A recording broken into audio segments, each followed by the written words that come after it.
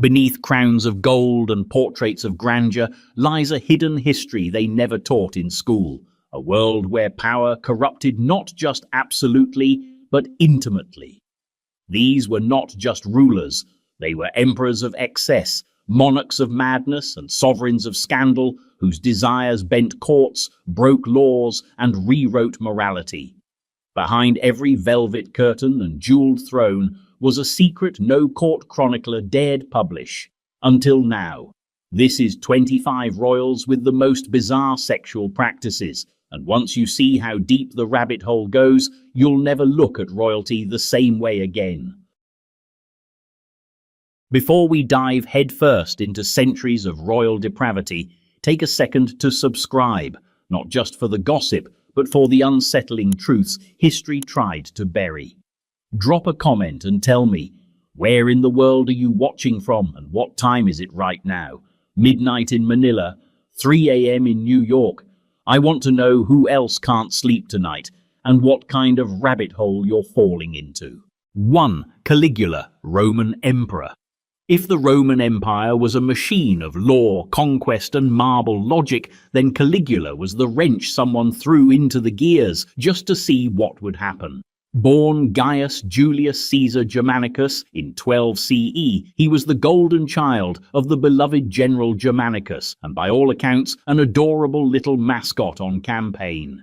Soldiers gave him the nickname Caligula, meaning little boots, after the tiny military outfit he wore as a boy. But by the time he became emperor, at just 24 years old, that name had turned into something else entirely. A warning. His reign, 4 short, chaotic years, remains one of the most infamous in Roman history.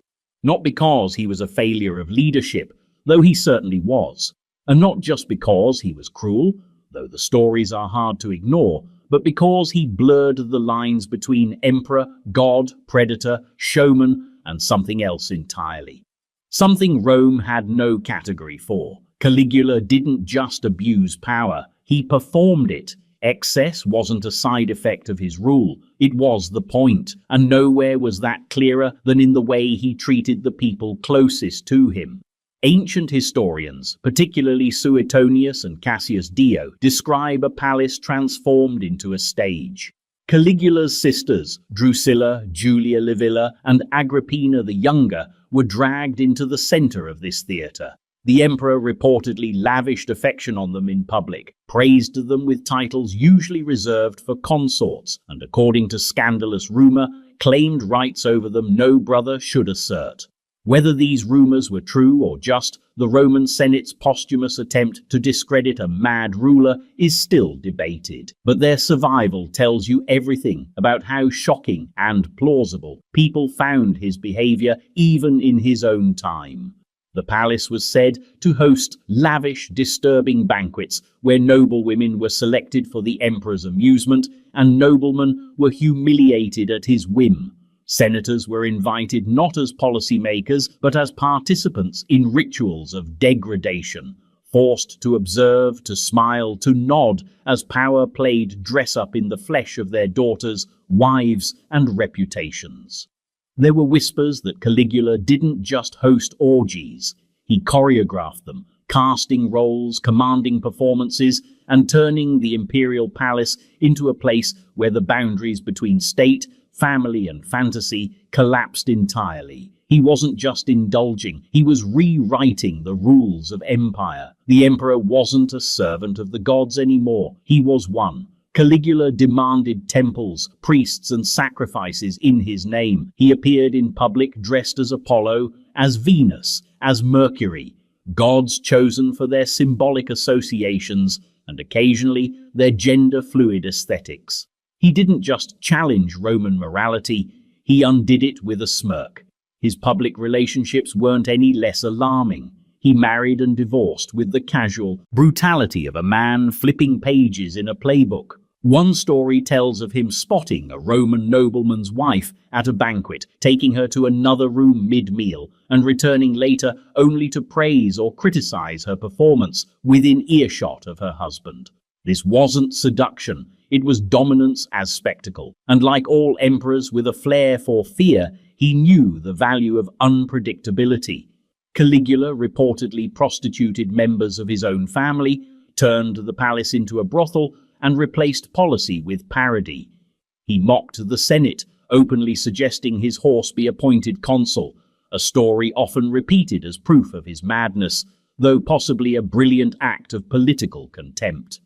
His entire reign seemed designed to test how far reality could bend before it snapped. But here's the twist. Caligula didn't start out this way. His first few months as emperor were filled with public celebration. He pardoned exiles, ended treason trials, and was hailed as a beacon of hope after the brutal reign of Tiberius. Then came a mysterious illness, or perhaps a breakdown, after which everything changed.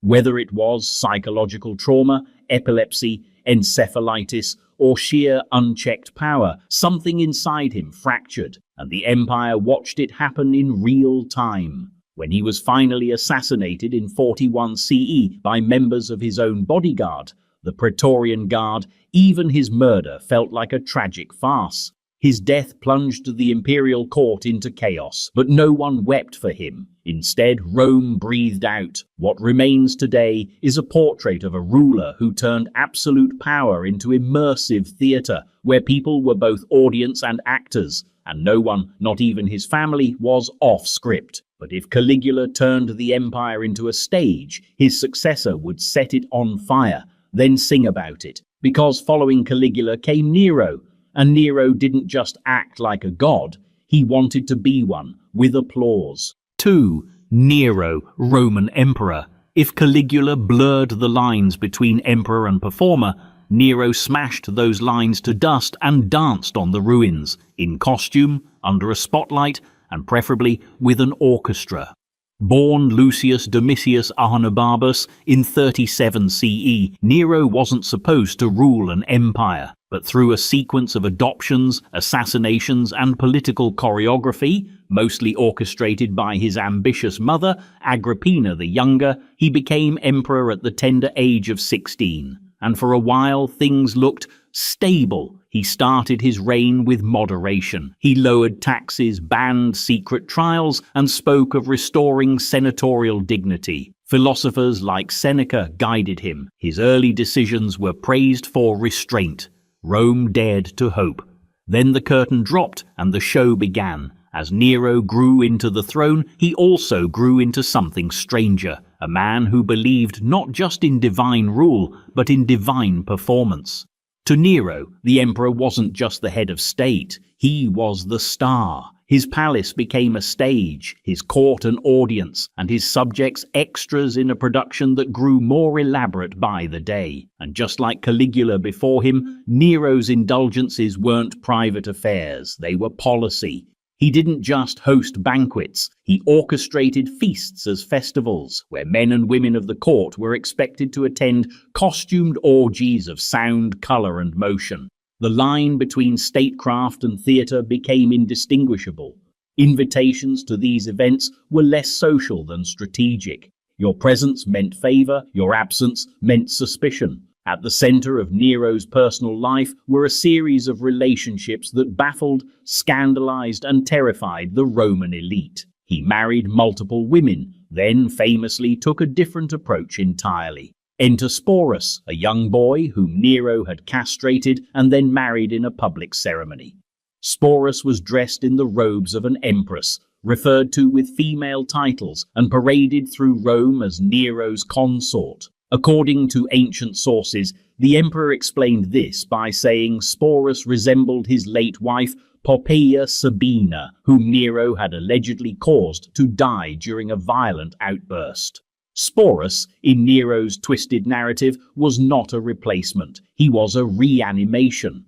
The wedding wasn't symbolic. It was an official event, complete with witnesses and rituals. The court watched in stunned silence, unsure whether to laugh, cry or cheer. Most did all three, quietly. This wasn't Nero acting out of impulse. It was deliberate, a redefinition of social boundaries wrapped in imperial flair. Nero didn't care if Rome approved. He cared if they clapped. The performative nature of his rule extended into every corner of his personal life. He played the lyre, he sang, he acted on stage. He toured Greece performing tragedies, competing in games where the outcome was always favorable. No one dared to criticize his voice or his acting. Senators sat through hours of his performances, offering forced standing ovations to avoid punishment. To refuse applause was to invite exile, or worse. He even built a massive pleasure palace, the Domus Aurea, or Golden House, complete with rotating dining rooms, ceilings that rained down petals and perfume, and grand halls decorated with mythological tableaus where Nero could play any role he chose. It wasn't just a home, it was a myth engine. But the deeper he spiraled into his own fantasies, the more detached he became from the empire he ruled. When the Great Fire of Rome broke out in 64 CE, rumors spread quickly that Nero had ordered the flames to clear space for a new palace. Whether or not that's true, his behavior afterward, composing songs about the fire, dressing in dramatic robes, and reportedly watching from a tower, cemented the image of an emperor who saw destruction not as crisis, but as art direction. He blamed Christians for the fire, launching the first major persecution of the new sect, and further positioning himself as the divine avenger of Roman order, even as that order cracked beneath his feet. Eventually, the weight of Nero's contradictions collapsed in on him. Revolts broke out across the provinces. The Senate declared him a public enemy, and in 68 CE, just 30 years old, the man who wanted eternal applause found himself alone, hunted, and without a stage. Before his death, Nero reportedly muttered, "What an artist dies in me." He wasn't wrong. He was a tyrant, yes, but a tyrant who believed his cruelty was beautiful, his excess meaningful, and his life a performance the gods themselves were lucky to watch. But if Nero ruled as a playwright of his own tragedy, the next emperor in our descent would have no time for scripts, costumes, or illusions. Tiberius didn't seek applause. He sought isolation, and what happened on the cliffs of Capri would disturb even the iron-stomached senators of Rome. And just like that, we've gone from Caligula's golden chaos to Nero's flaming stage play. 2 emperors, 1 empire, and absolutely no boundaries. If you're still here, you're clearly not afraid of the dark. So go ahead, hit that subscribe button. This rabbit hole only gets deeper. Also, I'm curious, where are you watching from, and what time is it right now? Is it 2 a.m. in Toronto, noon in Nairobi?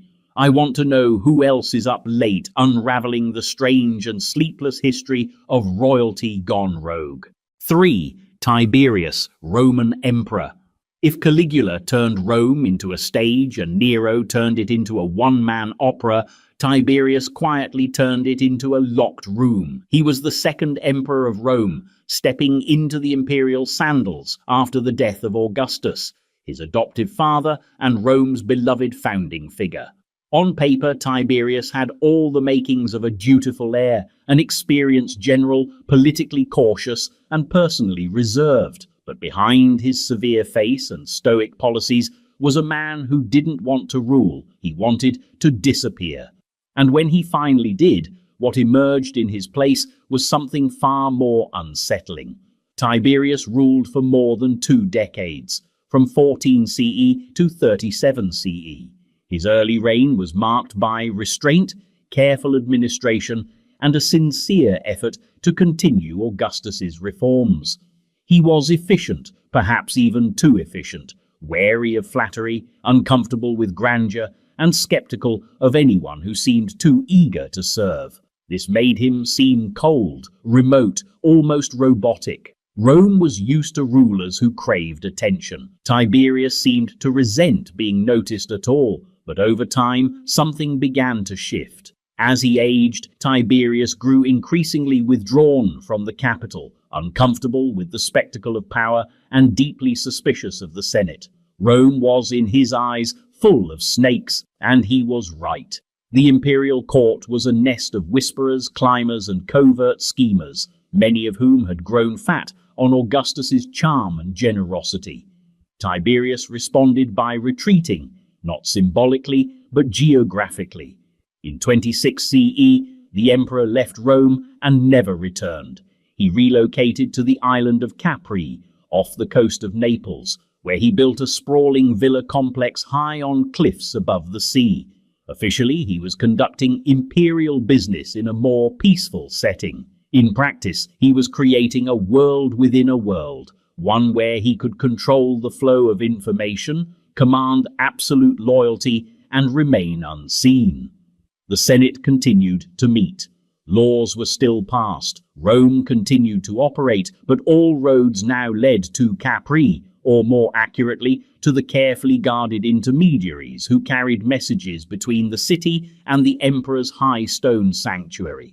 Tiberius ruled by proxy, issuing decrees through trusted aides like Lucius Aelius Sejanus, who became his unofficial right hand until he, too, grew too powerful and was destroyed. But while Tiberius's political retreat was noted with discomfort, it was the rumors about his private retreat that truly captivated and disturbed his contemporaries. Roman historians, most notably Suetonius and Tacitus, claimed that Capri became a palace of shadowy excess, a place where the emperor, now isolated from public accountability, began indulging behaviors that would have been unthinkable in Rome's civic center.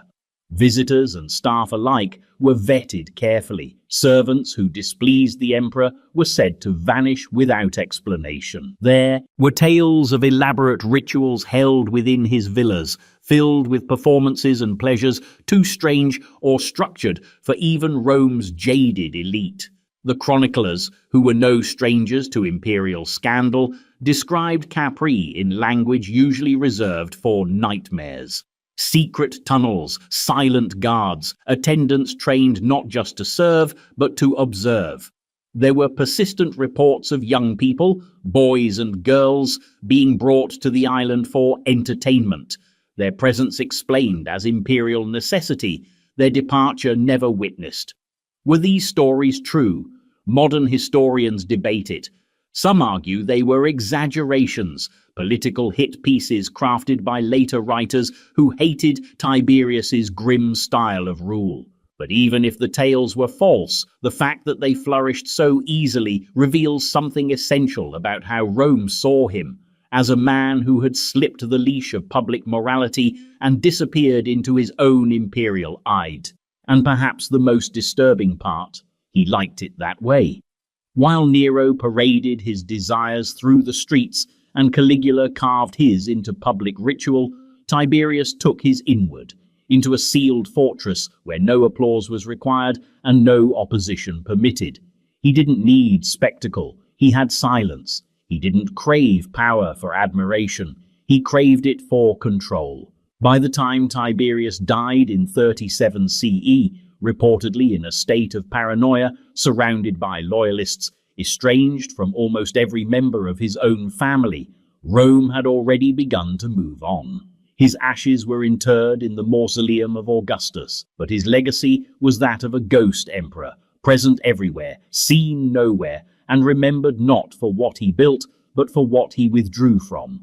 Yet in his absence, he left a kind of vacuum, a space for something louder, younger, and infinitely more theatrical to fill the void. And that space would be filled by his grandnephew, the same boy he once invited to Capri, who learned the rules of empire by watching him, and then decided to burn the rulebook altogether. Commodus was coming, and he brought the arena with him. 4. Commodus, Roman Emperor. By the time Commodus rose to the imperial throne in 180 CE, Rome had seen its fair share of emperors unravel, in palaces, in temples, on islands. But Commodus didn't unravel quietly. He unspooled in public, in costume, in blood-soaked arenas, and with a self-certainty so delusional it made even Caligula look restrained. He was the son of Marcus Aurelius, the philosopher king, the Stoic emperor who spent his reign scribbling meditations and waging defensive wars against barbarian invasions. It was one of the great intellectual ironies of Roman history. the empire's most thoughtful emperor raised one of its most flamboyant disasters. Commodus wasn't interested in philosophy, or reform, or governance. He was interested in attention. And he would get it, whether by golden statue, gladiatorial triumph, or something far more debasing. He became co-emperor alongside his father at the age of 15 and sole emperor at 19. The early years of his reign showed some promise, mostly thanks to his inherited advisors, but almost immediately Commodus began withdrawing from state matters. It wasn't out of laziness, it was out of pure disinterest. Ruling an empire was boring. Fighting in the Colosseum, that was exciting. So he delegated governance to his favorites, many of them ex-slaves, gladiators, entertainers, or courtiers whose chief qualifications were loyalty and the ability to amuse him. Rome began to slide, politically, economically, and morally, while Commodus played games, and one of his favorite games was being a god. Not metaphorically. Commodus declared himself the living reincarnation of Hercules, had statues made of himself wearing lion skins, and forced senators to address him as a deity. He renamed months after his own titles. He renamed Rome after himself. He even had the motto of the empire changed to include his personal epithets. This wasn't ego. This was imperial cosplay, made compulsory, but nowhere did Commodus blur the line between ruler and performer more than in the gladiatorial arena. He didn't just attend games, he entered them. In front of thousands of Roman citizens, he took up his wooden sword, stepped into the arena, and performed choreographed battles against disabled opponents, wild animals that had been wounded beforehand, or gladiators too terrified to actually fight. Of course, he always won. The crowd always cheered, because not cheering could mean execution. These performances weren't limited to the amphitheater. His palace became a theater of humiliation, where courtiers were made to act out scenes for his amusement. He enjoyed elaborate sexual games, bizarre ceremonial dinners, and rituals so peculiar that even Rome's jaded elite began to squirm. Guests could be summoned at any hour.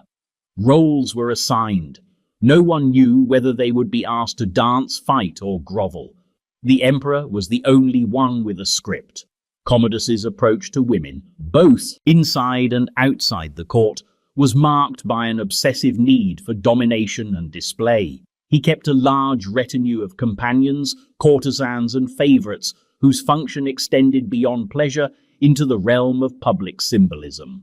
The emperor didn't just take lovers, he made statements with them. He flaunted relationships, elevated favorites to positions of court influence, then discarded them just as publicly. Their humiliation was part of the entertainment. And then there were the rumors. Some claimed that Commodus kept his concubines dressed as priestesses and ordered them to participate in mock religious ceremonies that served no god but himself. Others said he forced men and women of noble birth into servitude for his nightly banquets, where hierarchy meant nothing and shame was a game. But perhaps most disturbing was how all of it, the violence, the theater, the degradation, was folded into the imperial identity. Commodus didn't see his behavior as deviant. He saw it as divine. His excesses weren't private missteps, they were public policies. He made the empire kneel not just to a man, but to a persona, one who demanded applause, obedience, and absolute surrender to the absurd. In the end, the empire had had enough. His inner circle, exhausted and endangered, conspired against him.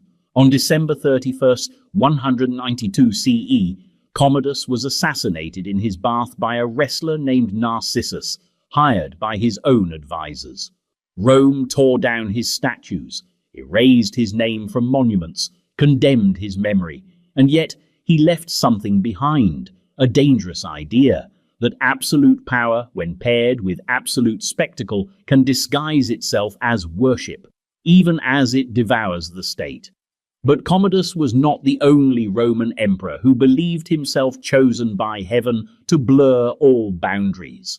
The next on our list, Elagabalus, would take that belief even further. He wouldn't just pretend to be a god, he would replace Rome's gods with his own, and demand the entire empire join him in his devotion. 5. Elagabalus, Roman Emperor.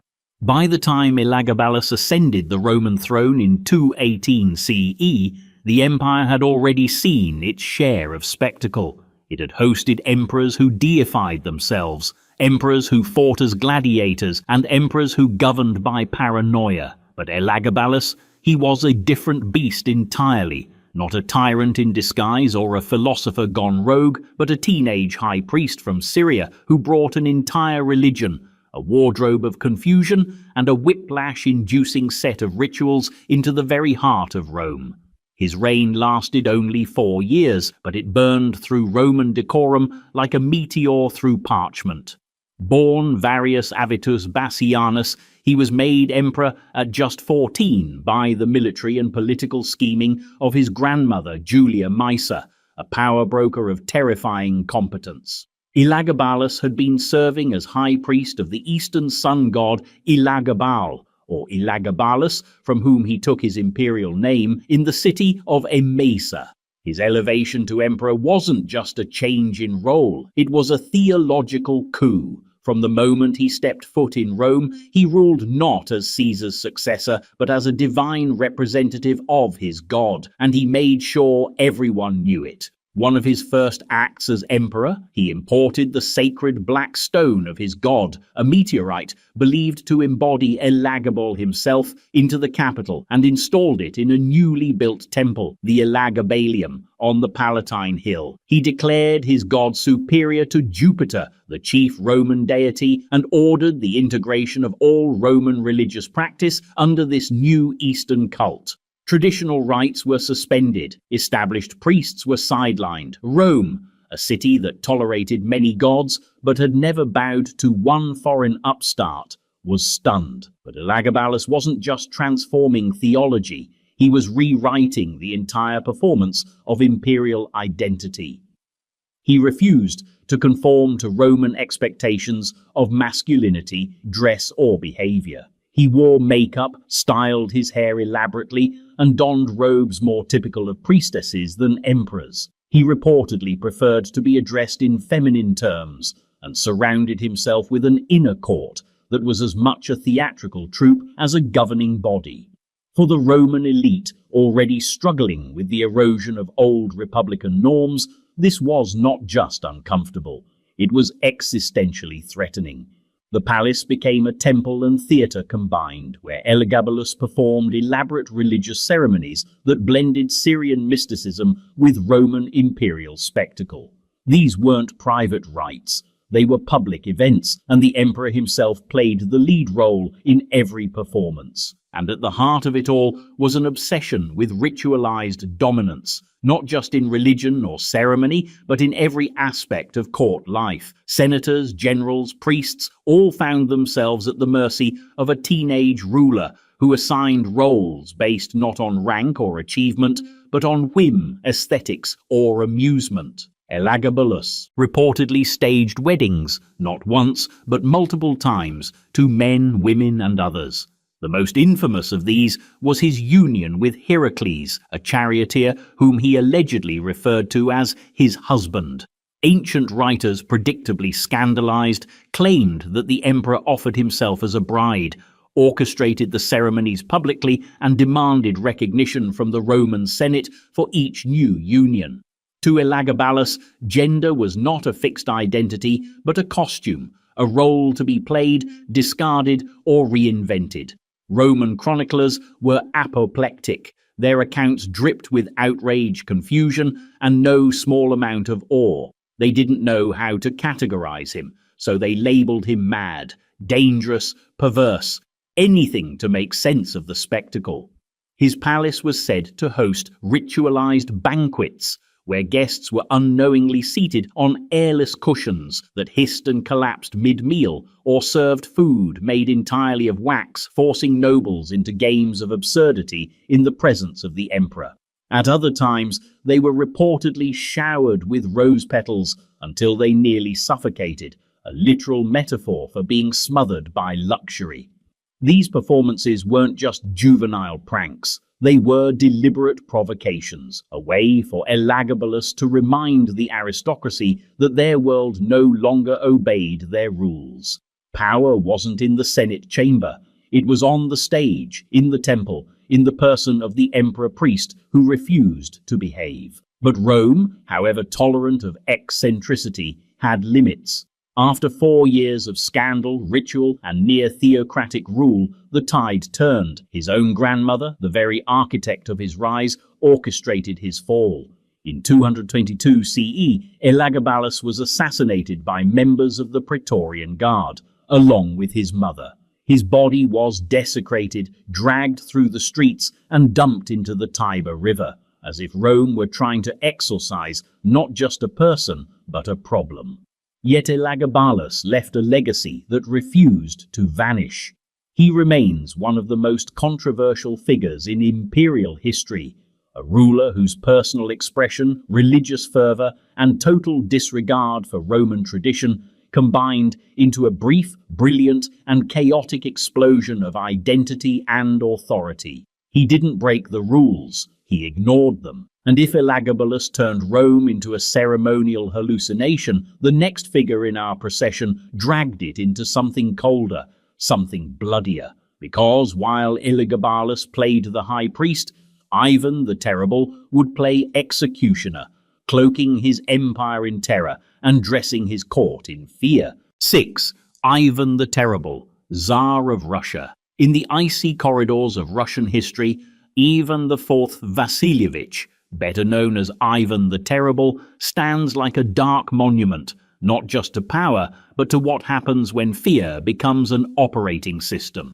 Crowned the first Tsar of all Russia in 1547, Ivan didn't just rule his empire. He dismantled and rebuilt it in his own image, piece by piece, until it no longer resembled a kingdom so much as a reflection of his inner world. Paranoid, merciless, and terrifyingly theatrical, and like all rulers who trafficked in terror, Ivan understood the power of spectacle, not just in war or law, but in his personal relationships, in the rituals of court, and especially in the private performances that took place behind the thick walls of his Kremlin apartments and isolated country estates. Ivan's reign was a long and contradictory one. He was a reformer in his youth, intelligent, highly literate, a patron of printing and religious scholarship. He introduced administrative reforms, established the Zemsky Sobor, a form of parliamentary council, and expanded Russia's borders with ruthless military efficiency. But underneath that early brilliance was something brittle, and as the years wore on, it cracked. The transformation of Ivan from promising Tsar to legendary tyrant was not a clean break. It was a slow erosion, driven by grief, betrayal, illness, and an obsession with control that seeped into every crevice of his life. His wife, Anastasia Romanovna, died under suspicious circumstances in 1560, and Ivan was never the same again. He believed she had been poisoned, possibly by the boyars, the noble aristocracy he already mistrusted. Whether or not it was true didn't matter. From that moment, paranoia became state doctrine. Enter the oprichnina, a system of state-sanctioned terror Ivan created to eliminate his enemies, both real and imagined. He divided Russia into two halves, the traditional state and the oprichnina, a shadow realm under his direct control. He staffed it with black-clad horsemen who answered only to him. They were not merely secret police, they were actors in a national horror story, and Ivan was both director and lead. The fear that gripped the Russian nobility during this time was not only political, it was deeply personal. Ivan's behavior at court became increasingly erratic. Nobles were summoned to his presence without warning. Some were flattered, others were humiliated, Many never returned. The walls of his palaces became arenas of uncertainty, where jesters, torturers, priests, and bureaucrats mingled uneasily under the same vaulted ceilings. And in the center of it all was Ivan, a ruler who treated his personal life not as private business, but as an extension of his rule. Ivan married at least 7 times, though not all of these unions were recognized by the church. Some lasted mere days. Others ended in swift annulments or quiet disappearances. The women chosen were often young, beautiful, and, crucially, politically powerless. There were persistent rumors, even among contemporary chroniclers, that many of these wives and consorts were hand-picked from across the country, evaluated and delivered to the palace under the guise of beauty contests or inspections. The line between matchmaking and surveillance blurred quickly. Inside the palace, Ivan's relationships reportedly followed a strange choreography. He demanded loyalty, purity, and silence, not just from his wives, but from the court women more broadly. He could be generous one moment, cruel the next. There are stories of women elevated to near-royal status in the morning, only to be accused of betrayal by evening. Some were said to be banished, others quietly removed from court altogether. Whispers of secret chambers, hidden apartments, and servants instructed never to speak began to circulate, whispered, as always, behind sleeves. Ivan's paranoia extended to his own family. The most infamous episode, the one burned into Russian memory, was the death of his son and heir, Ivan Ivanovich. The exact details remain unclear, but most versions of the story agree that after a violent altercation, Ivan struck his son with such force that he later died. The painting by Ilya Repin, Ivan the Terrible and His Son, captures this moment with haunting intensity. The Tsar wide-eyed, cradling the dying boy, horrified by what he's done. Whether motivated by grief, guilt, or simply his need to dominate every situation, Ivan's rule grew darker still after this. The court became quieter, colder, trust became a liability. Servants and nobles learned not to speak unless spoken to, and sometimes not even then. By the time Ivan died in 1584, he had created something unlike anything Europe had seen. A monarchy that operated like a nightmare, where personal moods became policy and the boundary between private whims and public law no longer existed. But Ivan's terror wasn't just raw brutality. It was ritualized. It was scripted, like a stage play whose actors never got to see the script in advance. And if Ivan showed us the cold logic of fear as governance, the next monarch would offer a very different portrait. Not of terror in furs, but of curiosity in epaulets. Because Peter the Great, Ivan's distant successor, didn't retreat into paranoia, he dragged everyone else into his chaos, whether they liked it or not. 7. Peter the Great, Tsar of Russia. If Ivan the Terrible ruled by fear and shadow, Peter the Great ruled by force of will and spectacle. Not the dark, suffocating kind that crept through court corridors under candlelight, but the loud, chaotic, ale-drenched kind that smashed through doors, flipped over tables, and demanded a parade. Peter didn't just want to modernize Russia. He wanted to rip it out of the Middle Ages, stitch it into a new Western identity, and make it wear a powdered wig while he laughed from the sidelines. He wasn't just an emperor. He was a builder, a drinker, a sadist, a scientist, a czar, and at times an unapologetic human experimenter, not on science, but on his own people. Born in 1672 and ascending to sole rule in 1696, Peter stood at over 6.5 feet tall, towering, imposing, restless. His ambitions were even larger. He wanted Russia to be a European power. That meant a navy, modern cities, new laws, secular schools, and a total overhaul of everything from the calendar to facial hair. He personally cut the beards off nobles to enforce his new clean-shaven rule. He taxed anyone who dared grow them back. But beneath the reforms and revolutions was a man whose personal life was just as radical and frequently more chaotic than anything he enacted by decree. The same Tsar who launched the first Russian newspaper and engineered canals also had a penchant for mock weddings, improvised rituals, and staged debaucheries that left even hardened courtiers unsure whether they were participating in statecraft or being hazed by an immortal frat boy.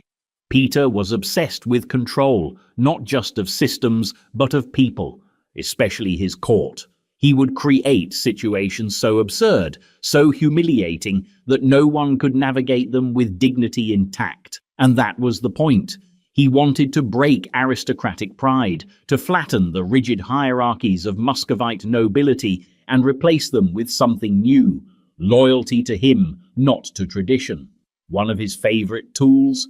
The all-joking, all-drunken synod of fools and jesters, a fake religious order Peter invented, complete with ranks, rituals, vestments, and members drawn from the court's most powerful families. Their duties? Engage in elaborate parody, mock religious ceremonies, and host grotesquely over-the-top feasts where the line between jest and punishment was razor-thin. The synod wasn't just theatre, it was an exercise in submission. Nobles were forced to dress as clowns, bishops, and brides.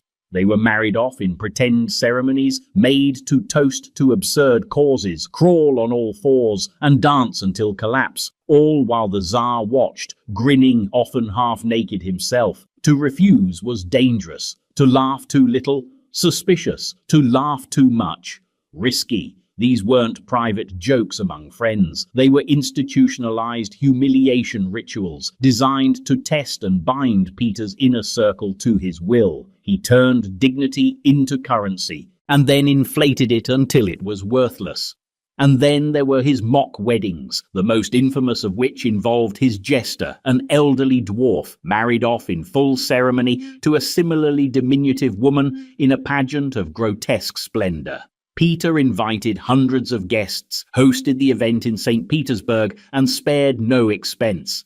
The bride and groom were paraded in a cage, feasts were held, and attendees were expected to cheer and toast with conviction. It wasn't just a wedding, it was a message. In his Russia, the Tsar defined the boundaries of propriety. Peter's own romantic life was no less turbulent.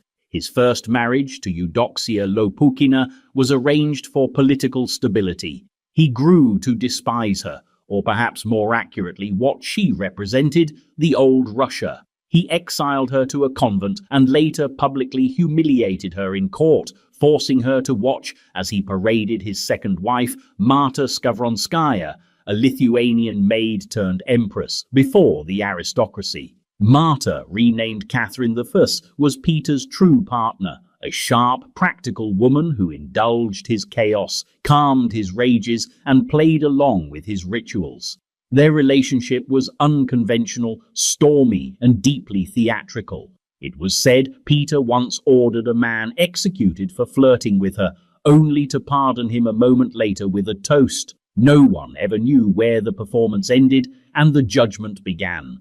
And that was the core of Peter's private life. Unpredictability as power. Ritualized mockery as loyalty test. Pleasure used not for escape, but for domination. By the time Peter died in 1725, he had transformed Russia. He'd founded a new capital, St. Petersburg, opened the empire to the west, built a navy from scratch, and in the process left a legacy of modernity stained with madness. But even his most excessive displays of control were grounded in a kind of logic. The next ruler in our journey, Louis XV of France, would take the same obsession with pleasure and bury it in velvet, whisper and denial. Peter forced his court into chaos. Louis built a palace of silence and filled it with secrets. 8. Louis XV of France. There are palaces built for kings, and then there are palaces built for secrets. Louis XV had both. One was the gilded monstrosity of Versailles, all mirrors, chandeliers, and tightly choreographed etiquette. The other was Parc aux Cerfs, quiet, hidden, and carefully erased from official maps. Where Versailles served as the theatre of power, Parc aux Cerfs was the dressing room, intimate, unspoken, and steeped in the peculiar moral fog of 18th century France. Louis XV began his reign as the darling of Europe, young, elegant, and dubbed the well-beloved. He was supposed to be the breath of fresh air after the long, absolutist reign of Louis XIV, but time has a strange sense of irony. The man who inherited a kingdom obsessed with order and legacy slowly unraveled into a king obsessed with secrecy and indulgence. His early years were promising enough. He was married off to the devout Polish princess Marie Leszczyńska, who did what royal brides were expected to do: produce heirs and smile through her husband's distractions. And there were many distractions. At first, the mistresses were semi-official. Names like Madame de Pompadour and Madame du Barry, women of wit and influence who wielded real political sway from behind silk curtains. But eventually, even the formal mistress system, la maîtresse en titre, became too cumbersome, too political, too visible. Louis wanted something quieter, something more private, something that could be controlled. So the king and his advisors created Parc aux Cerfs, the Deer Park. Despite the bucolic name, this was no rural hunting lodge. It was a townhouse near the palace, discreetly managed and funded through secret accounts. Its purpose? To house young women, most often teenage girls, selected, groomed, and delivered for the king's personal pleasure.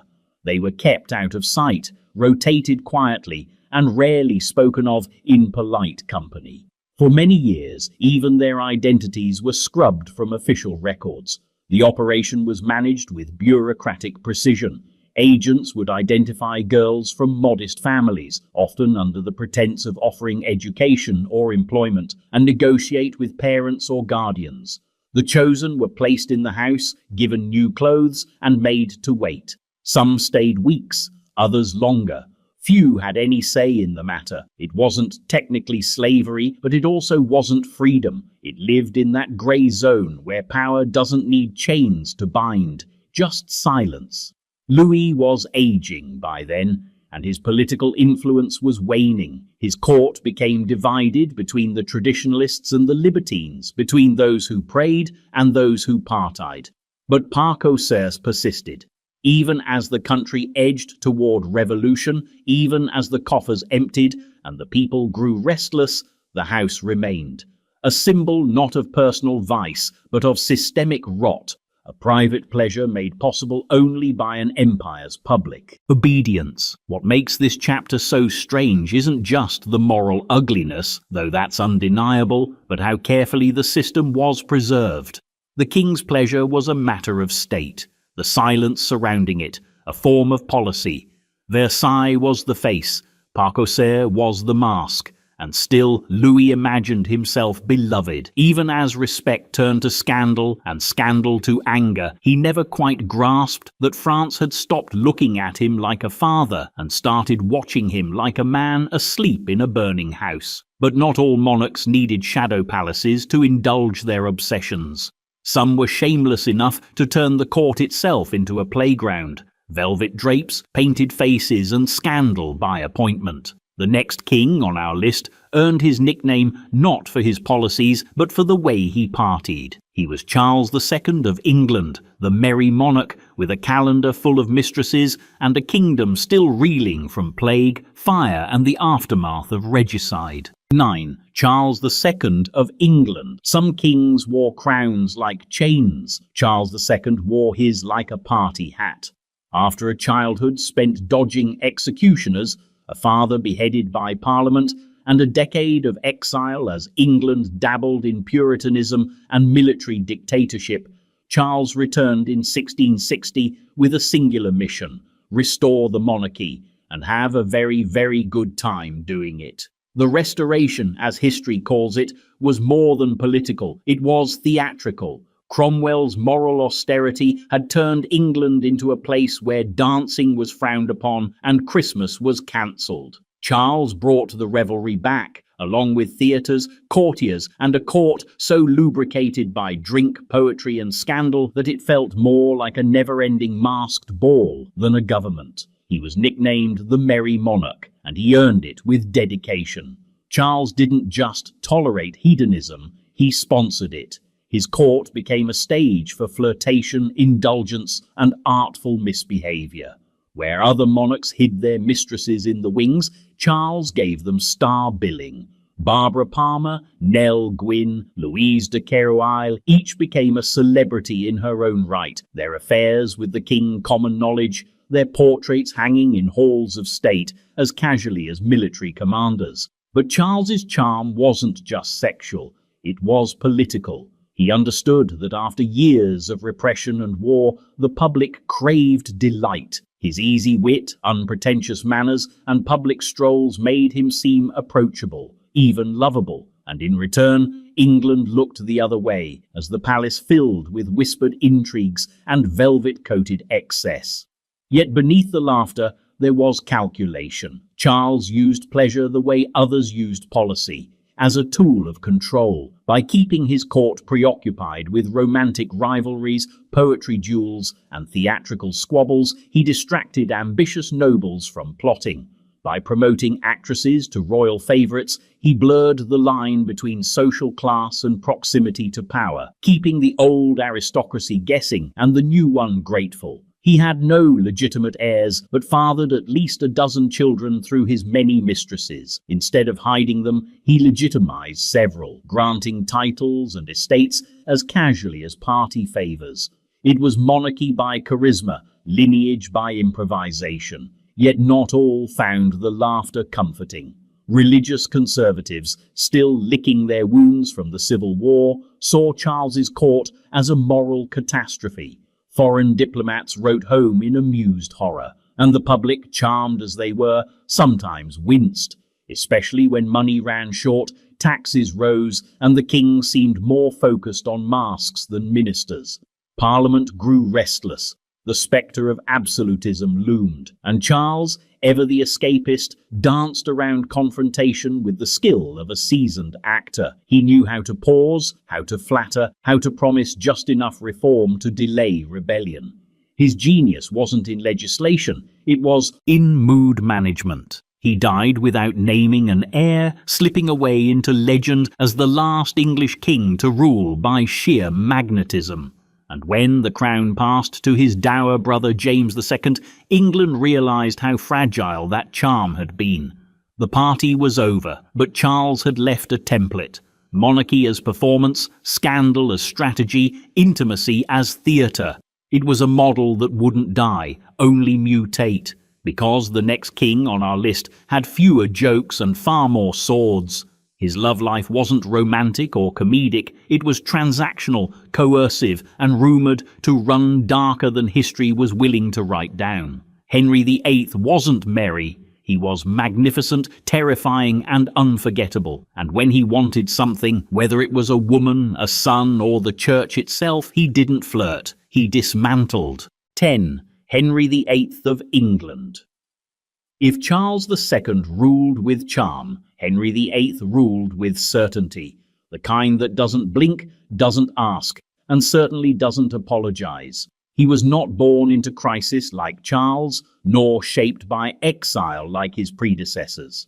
Henry was born into a throne still warm from war and soaked in legitimacy. He didn't inherit doubt, he inherited destiny, and he made sure everyone else felt it. To the outside world, Henry VIII began as the Renaissance ideal, tall, handsome, athletic, gifted in music and languages, deeply educated, and determined to project the glory of a modern monarch. His court was a mirror of continental sophistication, filled with tapestries, tournaments, and theological debates. But underneath the gold embroidery and polished verses was a man for whom kingship was less about stewardship and more about possession. Possession of land, of loyalty, of God's approval, and yes, of women. Henry's love life is often reduced to a roll call of wives, 6 in total, each remembered by the schoolhouse rhyme: divorced, beheaded, died, divorced, beheaded, survived. But the real story isn't just about marriage. It's about a king who used marriage as a lever to move heaven and earth, and who viewed the bodies of others as tools of dynasty, destiny, or occasionally disposal. His first queen, Catherine of Aragon, was a political match, a Spanish princess, his brother's widow, and a partner of real dignity and strength. For years they were harmonious, but she gave him only one surviving child, a daughter, and in Henry's mind, daughters were not destiny, they were delay. Enter Anne Boleyn, sharp, witty, and dangerously unafraid. What began as courtly flirtation became a national crisis. Henry petitioned the Pope for a divorce. When Rome hesitated, Henry cut the entire nation off from the Catholic Church. He invented the Church of England, not from theology, but from frustration. The personal became political, and the political became permanent. Anne gave him another daughter, Elizabeth, then a string of miscarriages. Henry grew restless. The court whispered, the law shifted, and suddenly Anne, once elevated as queen and muse, was branded a traitor, tried and executed. The pattern repeated. Jane Seymour gave him the son he wanted, Edward, but died shortly after childbirth. Then came Anne of Cleves, dismissed after one look. Then Catherine Howard, young and adored until she wasn't. Then Catherine Parr, more nurse than bride, who managed to survive him. But what's often missed in the recounting of Henry's romantic brutality is how much of it was wrapped in ceremony. These weren't back-alley decisions. They were trials, proclamations, parliamentary sessions, papal fights, and choreographed kinged collapses. Henry's personal desires were staged as moral imperatives, national necessities, or divine mandates. He didn't simply end marriages, he reshaped law, doctrine, and identity around them. His court was a place of constant vigilance, especially for women. Ladies-in-waiting were not just attendants, they were watched, used, accused, and discarded, depending on the king's mood and need. A flirtatious glance could become a charge, a rumour could end in a tower, and behind every wedding veil was a shadow of fear. Henry VIII died bloated, paranoid, and surrounded by a court more weary than loyal. His son Edward would reign only briefly. His daughter Mary would reign in flames, and his second daughter, Elizabeth, Anne's child, would rule for decades, haunted and shaped by her father's legacy. But Henry's way of blending power, desire, and policy into one unstoppable force left a mark not just on England, but on monarchy itself. And while his appetites were veiled in ritual, the next king in our story made no such effort. He was a monarch who couldn't stop, wouldn't stop, himself even as his own body began to shake from the inside. Christian VII of Denmark turned the palace into a pressure cooker of scandal, paranoia, and unchecked indulgence. And unlike Henry, he wasn't in control of it. 11. Christian VII of Denmark. Some monarchs were born into chaos. Christian VII of Denmark was born into a palace, but carried chaos within him. His reign from 1766 to 1808 is one of the strangest in European royal history, not because of wars or revolutions, but because of the private turbulence that spilled slowly and embarrassingly into public view. If Henry VIII was terrifying in his certainty, Christian VII was unsettling in his unpredictability. He ascended the throne at just 17 years old. On paper, Denmark-Norway was a stable dual monarchy with a solid bureaucracy. In reality, it was ruled by courtiers, advisors, and a young king whose erratic behavior made him more a symbol than a sovereign. Early observers described him as bright and sensitive, but volatile. In an age that did not have words like mental illness or trauma, his symptoms were instead framed as eccentricities, moral failings, or shocking habits. Christian's private life quickly became a theatre of self-destruction. He surrounded himself with young companions, indulged in excessive gambling, and cultivated a reputation for scandalous pranks. His erratic energy often erupted into gestures meant to shock. He would insult dignitaries, mimic his ministers, or vanish from formal events to pursue private amusements. But perhaps the most infamous stories about him centered on his compulsions, behaviors whispered about by courtiers and recorded in memoirs with a mixture of pity and disgust. He was said to have an obsessive fixation with his own body, spending hours in private acts of self-indulgence and speaking about them openly, even at formal gatherings. In a court built on ritualized dignity, this was not just improper, it was destabilizing. Servants, ministers, and even foreign ambassadors began reporting that the king's habits were making government impossible. His marriage to Caroline Matilda, the 15-year-old sister of King George III of England, did nothing to stabilize him. The union was political and cold from the start. Christian's neglect and humiliations drove Caroline into the arms of Johann Friedrich Struensee, the king's German physician, a man who would become both her lover and the de facto ruler of Denmark. Struensee implemented sweeping reforms, abolishing torture, improving education, loosening censorship, all while essentially running the country on behalf of a king increasingly sidelined by his own instability.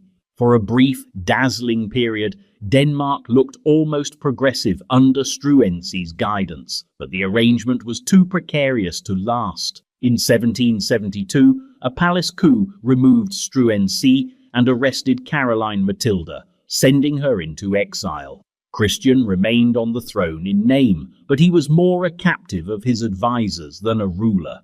His later years were spent in seclusion, shadowed by paranoia, compulsions, and a court that regarded him less as a monarch than a tragic curiosity. Christian 7.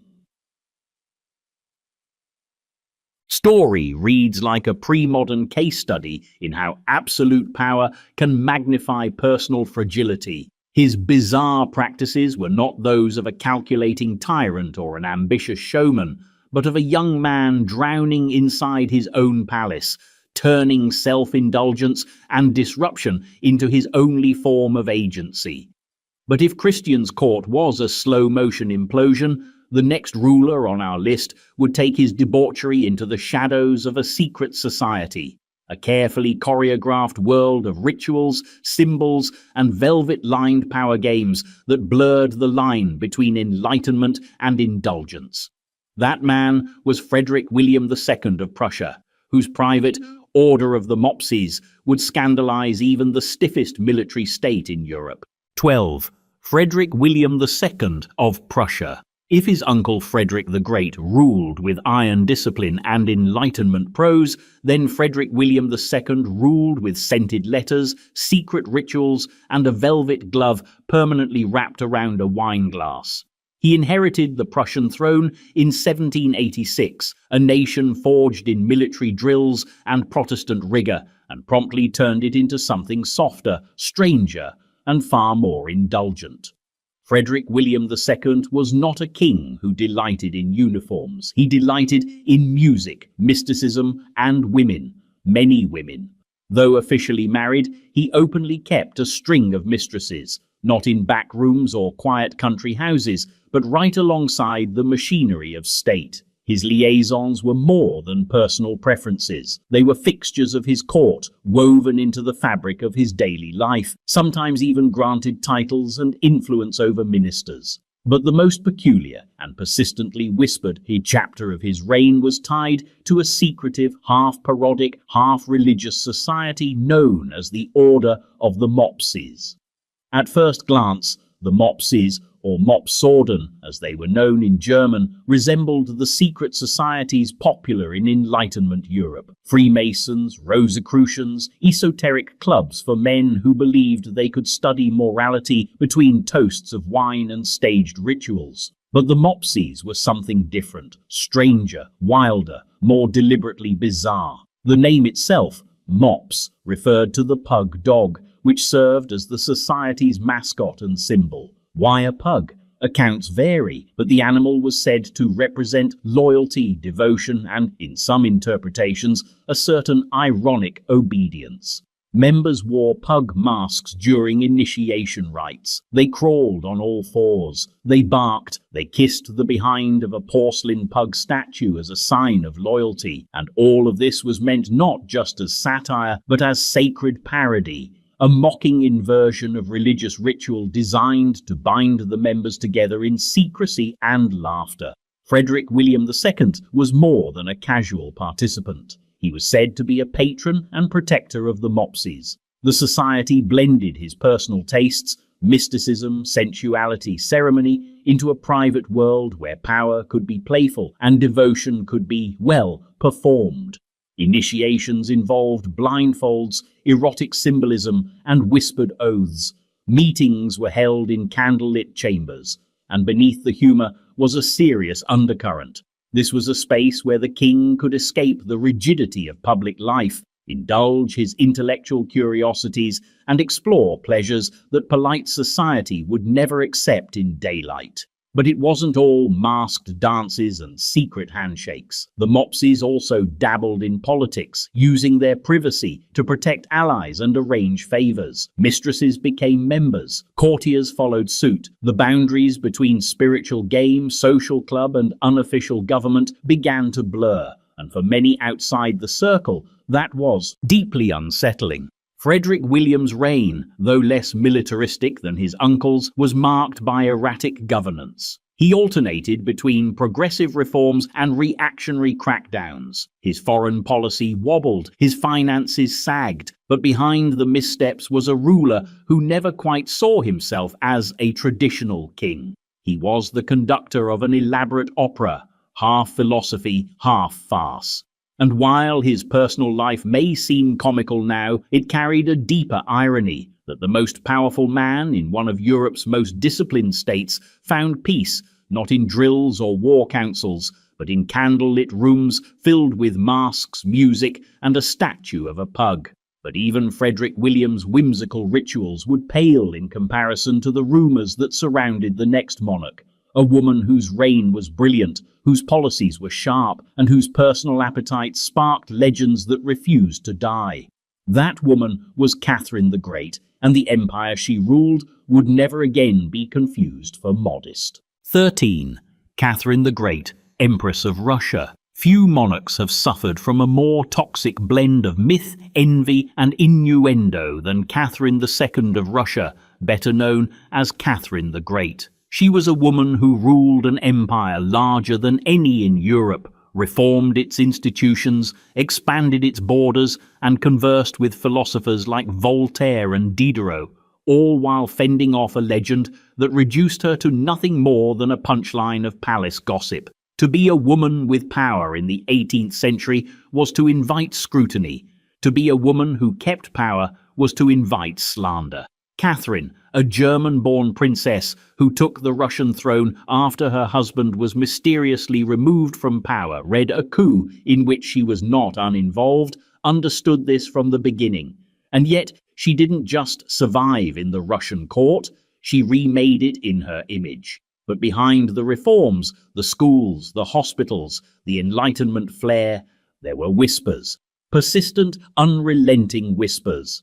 Unlike many rulers of her time, Catherine did not feign celibacy or hide her private life behind a curtain of denial. She had lovers, several, and she didn't rotate them secretly. She installed them. Each was given a title, a salary, sometimes an estate. When they fell out of favor, they were dismissed politely, even generously. If anything, Catherine handled romance with the same bureaucratic efficiency she brought to government. And yet, the very transparency of her preferences only fueled the rumors. Her enemies, both at home and abroad, couldn't resist turning her lovers into evidence of moral collapse. Satirical pamphlets flooded Europe, mocking her not as a stateswoman but as an insatiable figure of ridicule. And as with all rumors, the line between truth and invention grew thin and irrelevant. One enduring tale described a secret system Catherine used to test potential lovers before they were officially introduced to her. a vetting process supposedly managed by loyal servants. The story goes that men were observed for appearance, intelligence, discretion, and other traits.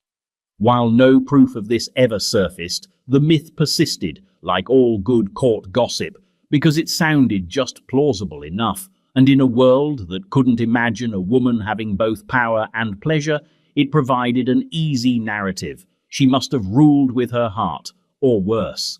Yet Catherine herself rarely addressed the rumours. She ruled. She corresponded with Europe's greatest minds. She expanded into Crimea. She rewrote the Russian legal code. Her reforms were complex, often contradictory, occasionally hypocritical, much like the Enlightenment itself. But through it all, she retained her dignity, her ambition, and her signature blend of cold calculation and warm charm. What makes Catherine's story so compelling isn't the scandal. It's how she outlived it, how she built a legacy so vast that even the most persistent slanders seem small in its shadow. She was not the first empress to be feared or the first ruler to be loved, but she may have been the first to fully weaponize both. And yet, for all her empire-sized achievements, the rumors never stopped. Because when a woman rules like a man, the world rarely forgives her. It mocks her instead. But while Catherine elevated scandal into statecraft, the next monarch in our list would indulge in a different kind of excess. Less enlightened, more exhausted.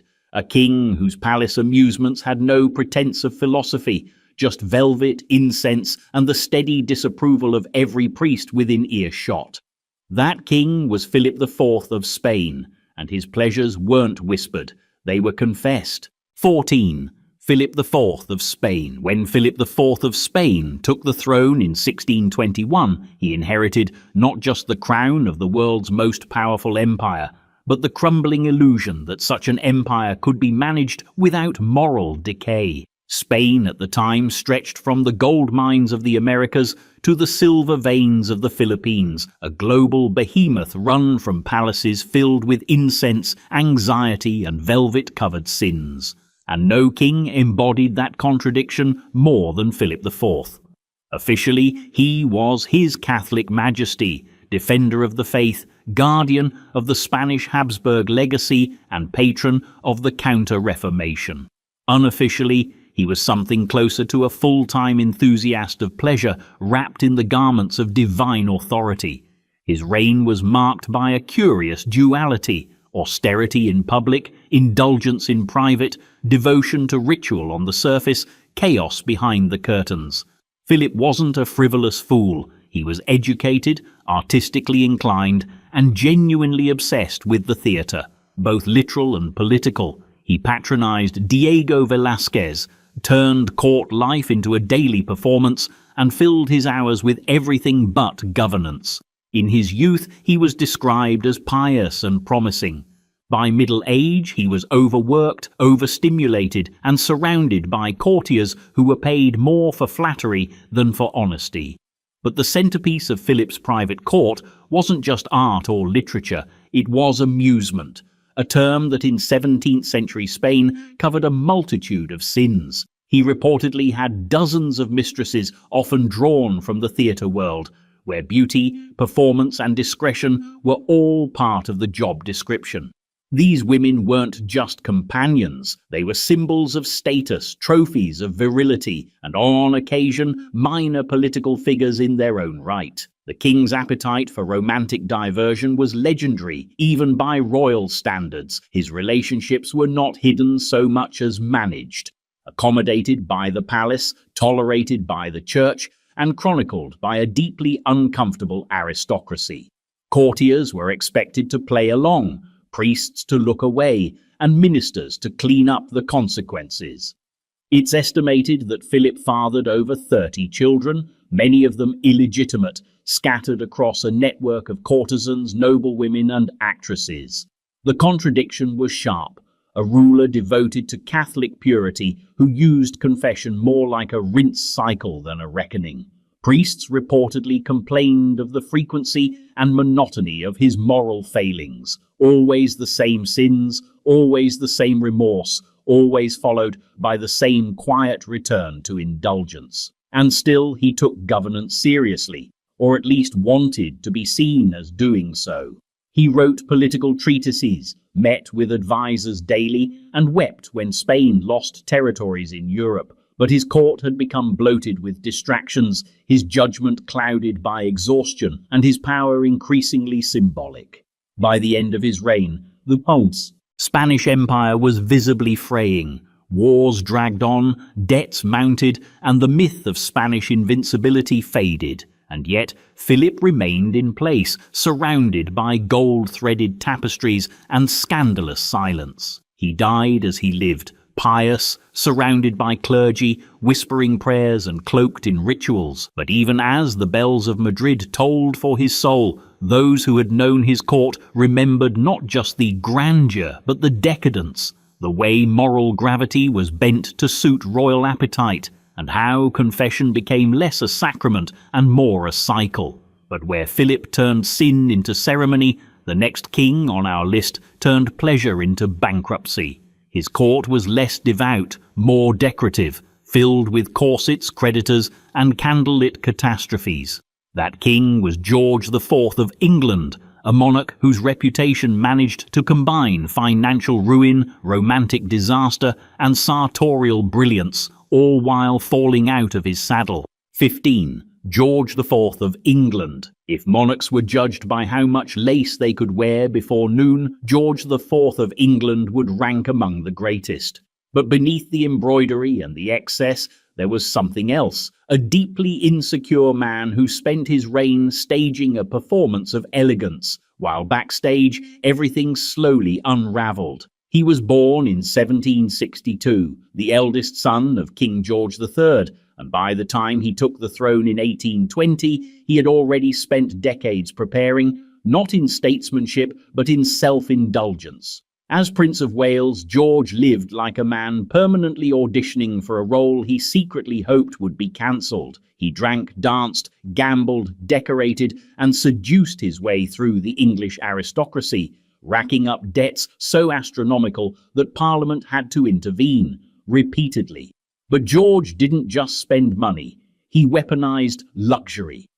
His residences, including the absurdly opulent Royal Pavilion in Brighton, were exercises in escapism, designed with the subtlety of a sugar crash. Orientalist fantasies, golden dragons, mirrored walls, indoor palm trees, all carefully arranged to distract the eye from the growing reality that the empire was evolving and the monarchy was stagnating. His love life was less opera and more farce. He secretly married Maria Fitzherbert, a Catholic widow, in violation of the Royal Marriages Act, a union legally invalid but emotionally significant.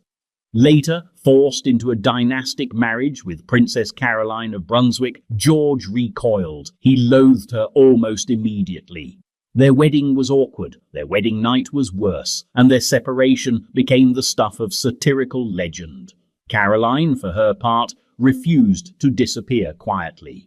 When George ascended to the throne, she returned to England to claim her place as queen.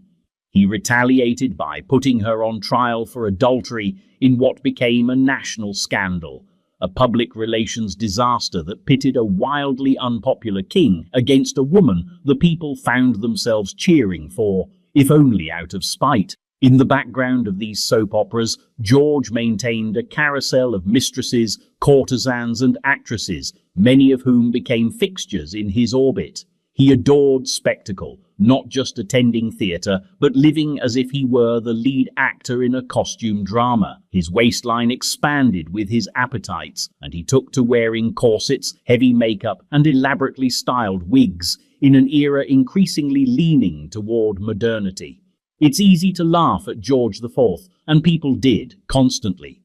Caricaturists made a fortune from his bloated image. He was lampooned in the press, mocked in Parliament, and booed in public. But behind the vanity was a man shaped by contradiction, desperate for admiration, terrified of aging, obsessed with control, and utterly unsuited for the role of national father figure. Yet paradoxically, George's reign marked cultural flourishing. He championed the arts, oversaw architectural achievements like Regent Street and Buckingham Palace's renovation, and helped define the Regency aesthetic. He was a terrible king in the traditional sense, but an accidental patron of a glittering age. The king who mistook his personal whims for public good and, in doing so, inadvertently shaped a national style.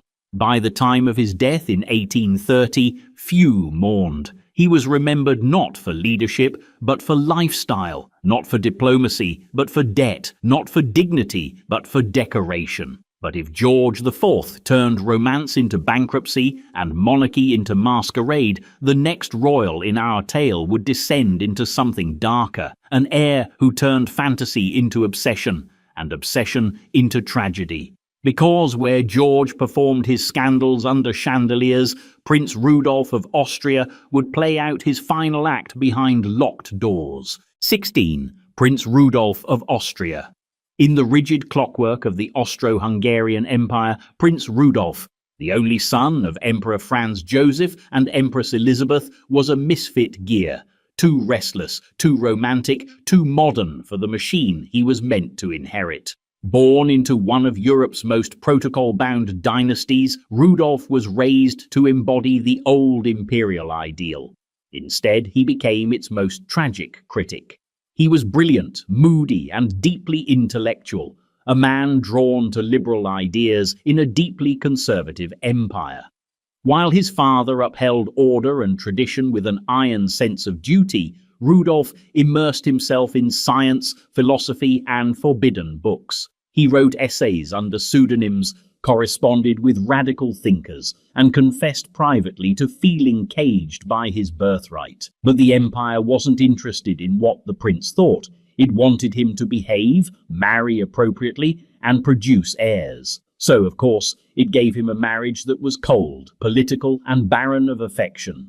Rudolph's union with Princess Stephanie of Belgium was arranged and, by most accounts, strained from the beginning. He found her dull, she found him erratic. What followed was a spiral of distraction, detachment, and self-destruction. Rudolph, like many royals before him, turned to extramarital affairs. But unlike his predecessors, he did not wear his indulgences like medals. He wore them like wounds. Vienna's court was already a theatre of whispers. Rudolph made it worse. He drank heavily, surrounded himself with artists and journalists, and entertained darker obsessions with mortality, decline, and the burdens of inheritance. His relationships grew more intense, more escapist, more desperate.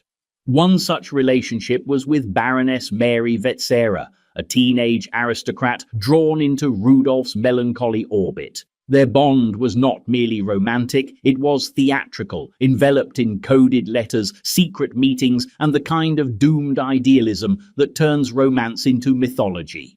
What exactly happened at the Meiling hunting lodge in 1889, where both Rudolph and Mary were found dead, remains a topic of intense speculation. The official narrative was swiftly controlled by the court. Rudolph had suffered a mental breakdown. Mary had died tragically. It was declared a private matter, best left undisturbed. But the truth was murkier. Letters were destroyed, witnesses were silenced, and what remained was an open wound in the Habsburg dynasty, one covered by flowers, gossip, and layers of official forgetting. What makes Rudolph's story linger is not the tragedy itself, but the sense that it was a slow-motion collapse, a royal who saw the future but couldn't survive the present, a man caught between the weight of his name and the hunger to live beyond it. The empire would march on, rigid and unyielding, right into the catastrophe of the First World War. But Rudolph's death left a psychic fracture in Austria, proof that even heirs can become prisoners, and that not all rebellions wear uniforms, and yet the royal stage rolled forward. The next monarch in our journey wouldn't retreat into philosophy or tragedy. He would embrace pleasure unapologetically, outfitting his Parisian adventures with custom-made furniture and a smile that scandalized even the French. That man was Edward VII of England, and his throne began in the bedroom long before it reached Buckingham Palace. 17. Edward VII of England. Before he became king, Edward VII was already the most scandalous man in Europe, and perhaps the most photographed. The eldest son of Queen Victoria, he spent nearly 6 decades waiting for the throne, which meant he had time, and Edward never let time go to waste. He filled it with parties, mistresses, Parisian excursions, and a kind of strategic laziness that somehow made him more popular, not less. To his mother, he was a chronic disappointment, morally unreliable, politically unserious, and obsessed with pleasure. She once wrote that she couldn't look at him without feeling grief, but to the public, he became something else entirely, a symbol of opulent distraction in a rigid age. The young Prince of Wales took to France with the enthusiasm of a man born to overstay his welcome. He was a fixture at the Moulin Rouge, the Folies Bergères, and an entire constellation of elite brothels, known not just for discretion, but for creativity. One Parisian establishment, Le Chabanais, is where his most infamous indulgence emerged. A custom-built love chair designed specifically to accommodate the prince's preferences and girth. Crafted with brass fittings and padded leather, the chair was equal parts absurd and functional, and it was whispered about with the kind of scandalized fascination that only a royal sex chair can inspire. But Edward's escapades weren't just tabloid fodder, they were diplomatic events. His presence in France softened Anglo-French relations. His flirtations with actresses and dancers were observed by ambassadors. His nights out were court gossip in Berlin and political discussion in Vienna. He turned personal pleasure into a form of soft power, or at least soft distraction. At home, his reputation was no less notorious.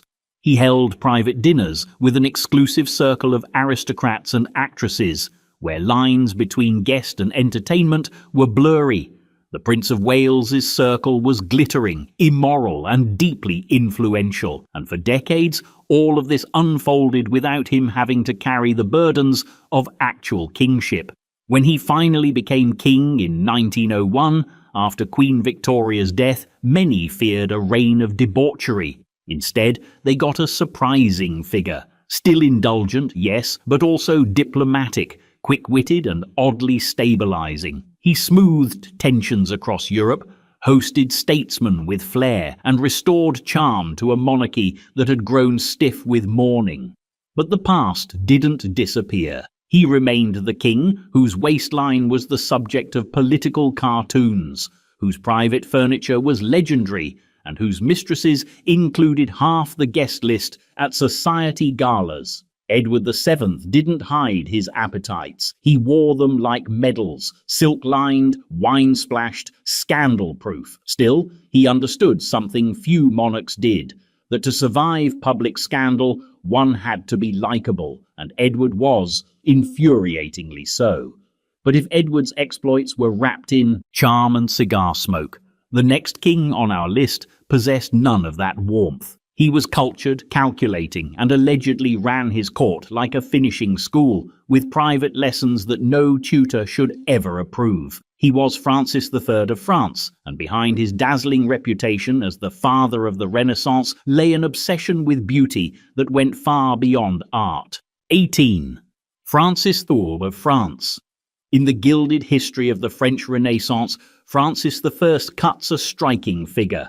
A tall, charismatic king who brought Italy's artistic genius to France, commissioned architectural masterpieces, and turned his court into a glittering centre of elegance and erudition.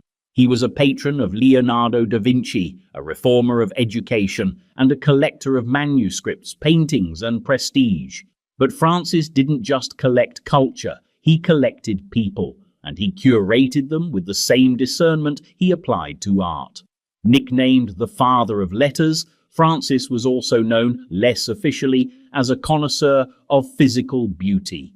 His court was a theatre of charm and seduction, where appearances were everything and roles shifted depending on who caught the king's eye. His fascination with youth, refinement, and performance extended far beyond courtly romance. It became a system. Contemporary accounts, usually wrapped in euphemism and courtly language, describe a bizarre setup inside the royal palaces. Young pages, chosen for their beauty, were said to be trained in both etiquette and in a more peculiar form of attentiveness. These boys, dressed impeccably and instructed in all forms of polite behavior, were reportedly given roles that went well beyond the ceremonial. And then there were the women. Francis kept a rotating circle of noble women, ladies-in-waiting, and aspiring courtesans within his inner sanctum. What distinguished his court wasn't just the number of romantic entanglements, but how stylized they were. The king enjoyed transforming seduction into ritual, a performance of power, charm, and rehearsal. Compliments became coded exchanges. Banquets became stages. And behind it all, the king played director, lead actor, and sole critic. Francis also had a tendency to publicly elevate certain favorites, male and female, bestowing titles, privileges, and access in ways that stirred endless court intrigue. To be chosen was to rise instantly. To fall out of favor was to disappear overnight. While some historians argue that Francis's court was no more scandalous than others of his era, what set his apart was its theatricality. It wasn't just debauchery, it was curated debauchery. Gossip became policy, romance became politics. The aesthetics of power were as important as the mechanics of it. In private, Francis was said to keep journals of his romantic encounters, not for shame, but for posterity, as if each liaison were a work of art worthy of annotation.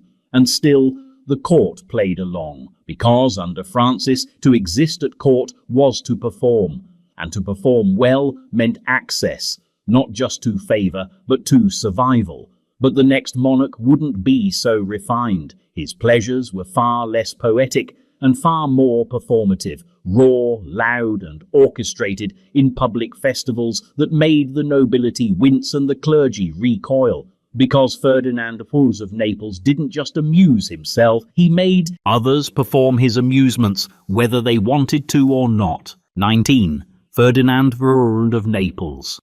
In the cluttered backroom of European monarchies, Ferdinand of Naples was never the most powerful, nor the most celebrated. But he may well have been the most grotesquely inventive when it came to turning the rituals of rule into bizarre theatre. If some monarchs hid their vices behind silk curtains, Ferdinand dragged his into the daylight, costumed them in parody, and called it governance. Ferdinand ascended to the throne in 1759 and ruled during a period when Enlightenment ideals were sweeping through salons and academies. But Naples, under his direction, didn't receive the memo. His court rejected reason in favor of ritualized absurdity, with the king himself leading the charge. He was famously unrefined, a monarch who enjoyed hunting, fishing, and pranks more than philosophy or statecraft. But Ferdinand's eccentricities quickly crossed the line from rural charm into something darker and more theatrical. He had a fascination with watching others squirm, and a particular gift for transforming his amusements into spectacles of humiliation. Court records and diplomatic reports speak of entertainments staged by the king in which noble women were summoned, often under the guise of formal occasions, only to be roped into strange performative games. Dressed in elaborate costumes, they were made to act out scenes, perform dances, or engage in degrading skits designed not for their pleasure, but for the king's. These events were less soirees than pageants of controlled embarrassment, where Ferdinand played master of ceremonies, ringmaster, and delighted spectator. He also created what could only be described as a living theatre of obedience. Servants were not just ordered, they were directed like actors. Their roles changed depending on the king's mood. Sometimes they were forced to reenact folk tales or act out biblical parodies. Sometimes they were made to wear absurd uniforms or carry out public rituals with no purpose other than the king's personal amusement. The line between court and stage blurred entirely. Ferdinand's Naples became a kingdom where appearances mattered only as far as they contributed to the ongoing farce. And those who refused to participate in his amusements, they found themselves mysteriously excluded from dinners, from influence, and sometimes from court altogether. Even the clergy, usually safe behind their liturgical dignity, were not immune. Priests were mocked in elaborate charades, their sermons parodied in front of laughing nobles, while Ferdinand clapped like a schoolboy, delighted by his own mischief. But this wasn't just immature play, it was power, wielded with a smirk. The king's insistence on degrading performances was a twisted assertion of dominance, a reminder that everyone in his orbit danced to his tune, no matter how ludicrous the melody. And yet, for all the chaos, he remained in power for decades, because behind the buffoonery was real strategy, alliances, calculated tolerance of corruption, and just enough populist charm to keep revolts at bay. Ferdinand's court was a warning disguised as comedy, a monarchy reduced to cabaret, where dignity went to die, one performance at a time. You're right, I had already completed Ferdinand Wolse of Naples in the previous two-segment batch and mistakenly skipped ahead. Let's correct the sequence and return to the proper order. Here are the next two segments in strict continuation of your original list. For 20, Mughal Emperor Jahangir, India. In the grand marble tapestry of the Mughal Empire, Jahangir was the emperor who ruled with one hand on a wine cup and the other on a poet's quill. He inherited an empire of Persianate refinement and military prestige from his father Akbar the Great, a legacy as heavy as it was gilded. But Jahangir's reign was not a story of conquest or revolution. It was a long, spiraling tale of indulgence, opulence, and the slow erosion of clarity beneath a haze of self-designed rituals. From the beginning, Jahangir was a man of contradictions. He was obsessed with justice, commissioning a literal chain, the famous Zanjir-e-Adl, outside his palace for petitioners to ring in hope of royal intervention. He documented his reign in a meticulous autobiography, the Tuzuki Jahangiri, a rare feat in monarchic literature.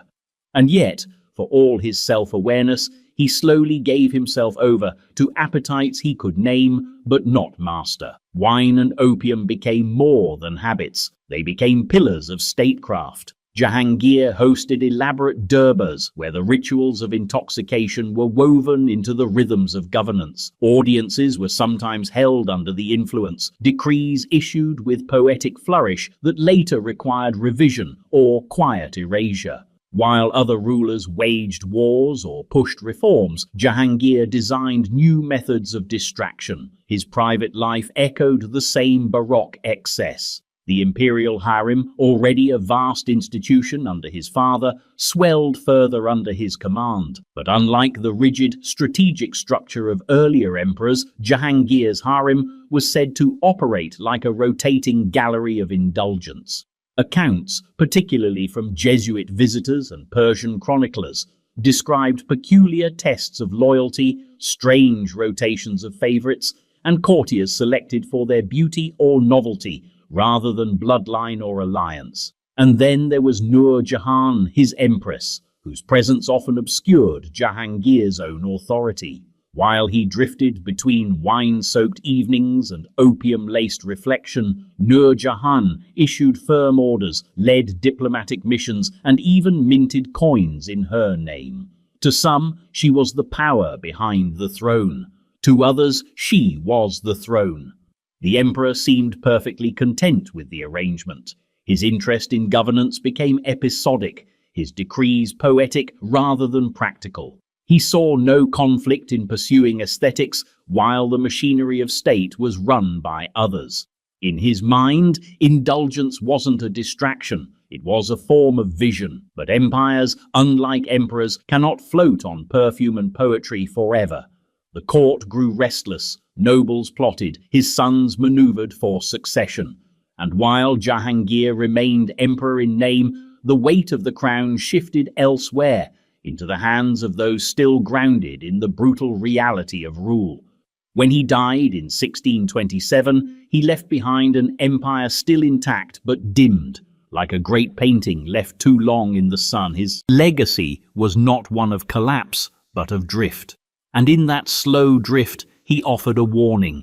Even the grandest empire can lose itself if its ruler chooses beauty over ballast. But if Jahangir's indulgences were wrapped in incense and poetry, the next ruler would strip all pretense away. His empire was not a palace of art, but a prison of fear, where concubines drowned on a whim, and pleasure was indistinguishable from violence.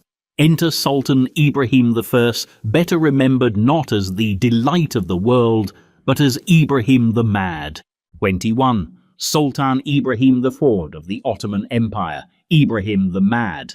There are monarchs whose madness is exaggerated, inflated by gossip, and sharpened by history's knife.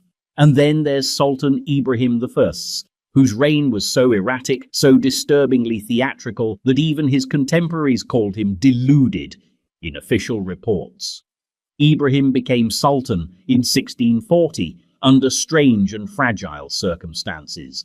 He had spent most of his life imprisoned in the cafes, the Ottoman cage, a golden yet suffocating suite inside Topkapi Palace, where male heirs were confined to prevent dynastic coups. His brothers had been executed. He survived barely, and by the time he took the throne, he had already unraveled. What emerged was not a king, but a kind of storm.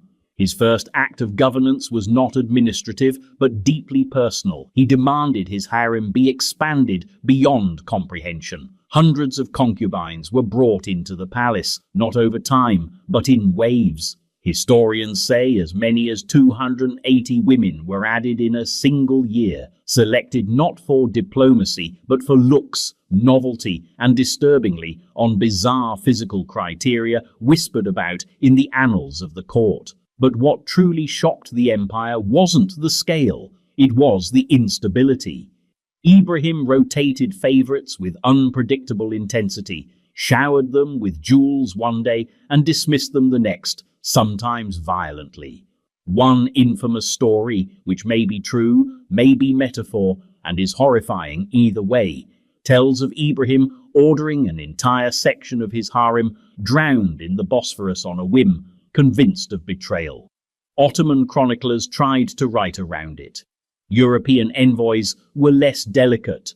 The harem under Ibrahim ceased to be a royal institution and became a vortex of paranoia, desire, and delusion. Servants were said to walk on eggshells, not out of etiquette, but out of fear. The women within lived in elaborate chambers, beneath painted ceilings, beside golden fountains, and yet it was not a pleasure palace. It was a trap. Ibrahim's obsessions expanded beyond the harem. He demanded silken clothes, rare perfumes, strange animals, and was once said to have filled entire rooms with furs, jewels, and fruit just to roll in them. These weren't whims, they were compulsions. He was not simply indulging, he was unraveling. The empire groaned under his rule. Ministers tried to contain him.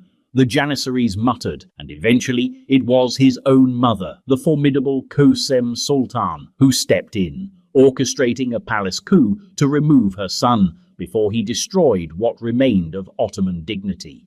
Ibrahim was deposed in 1648 and later quietly executed, not with fanfare, but with weary relief. The empire, wounded but not broken, moved on. But the echo of his reign remained, a strange question carved into the palace walls. What happens when an empire breeds a monarch whose only command is desire? And that question would haunt the next ruler on our list. One who drank deeply from the same well of excess, but cloaked it in cruelty, not confusion. Sultan Murad IV was coming, and no one laughed under his rule. 22. Sultan Murad IV, Ottoman Empire.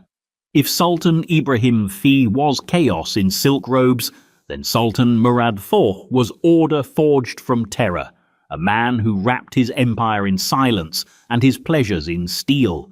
Where his predecessor ruled by impulse and indulgence, Murad ruled by absolute force, tempering the Ottoman throne with one hand while holding a tankard of wine in the other, usually in secret and often just before sentencing someone to death for doing the same. Murad IV came to power in 1623, just 11 years old, installed as a puppet under the regency of his mother Kösem Sultan, a formidable figure in Ottoman history in her own right. The empire was in disarray, corruption was rife, the janissaries were mutinous, and regional governors acted like kings in their own provinces. Murad was expected to be pliable. He was not. By the time he took full control as an adult, he had watched the empire flirt with collapse and had no intention of letting it do so again. His response was as swift as it was brutal. An autocracy built on obedience, fear, and absolute moral contradiction. At the center of his reforms was a violent obsession with control, not just over the military or the government, but over behavior. He outlawed alcohol, tobacco, and coffee, considering them threats to public order and morality. The consequences for breaking these laws weren't fines or formal reprimands. They were death, and not symbolic death. Murad reportedly dressed in plain clothes, wandering the streets of Istanbul at night in disguise, hunting violators himself. The stories, part history, part cautionary tale, describe him discovering men smoking in back alleys or drinking behind shuttered doors and executing them on the spot. Sometimes he used his sword, sometimes his bare hands. One story claims he personally strangled a man for sipping coffee during prayer time. Whether literal or exaggerated, the message was clear. The Sultan saw everything and punishment was immediate. But while the streets of Istanbul echoed with fear and whispered prayers, the palace told a different story. Behind the walls of Topkapi, Murad's public morality dissolved into private indulgence. Despite his bans, he was said to drink heavily, favoring strong wine and even stronger reiku. He threw lavish parties late into the night, entertained himself with musicians and storytellers, and surrounded himself with beautiful companions selected not for diplomacy, but for their ability to amuse. Servants and consorts alike were expected to perform, not just dance or sing, but entertain him in strange, sometimes humiliating games. The court became a stage, and Murad its only audience. His cruelty wasn't just functional, it was performative. He didn't just issue commands, he made them theatrical. Executions were sometimes public, and those closest to him lived in a state of permanent uncertainty. Ministers, friends, even family members could fall out of favor with a glance.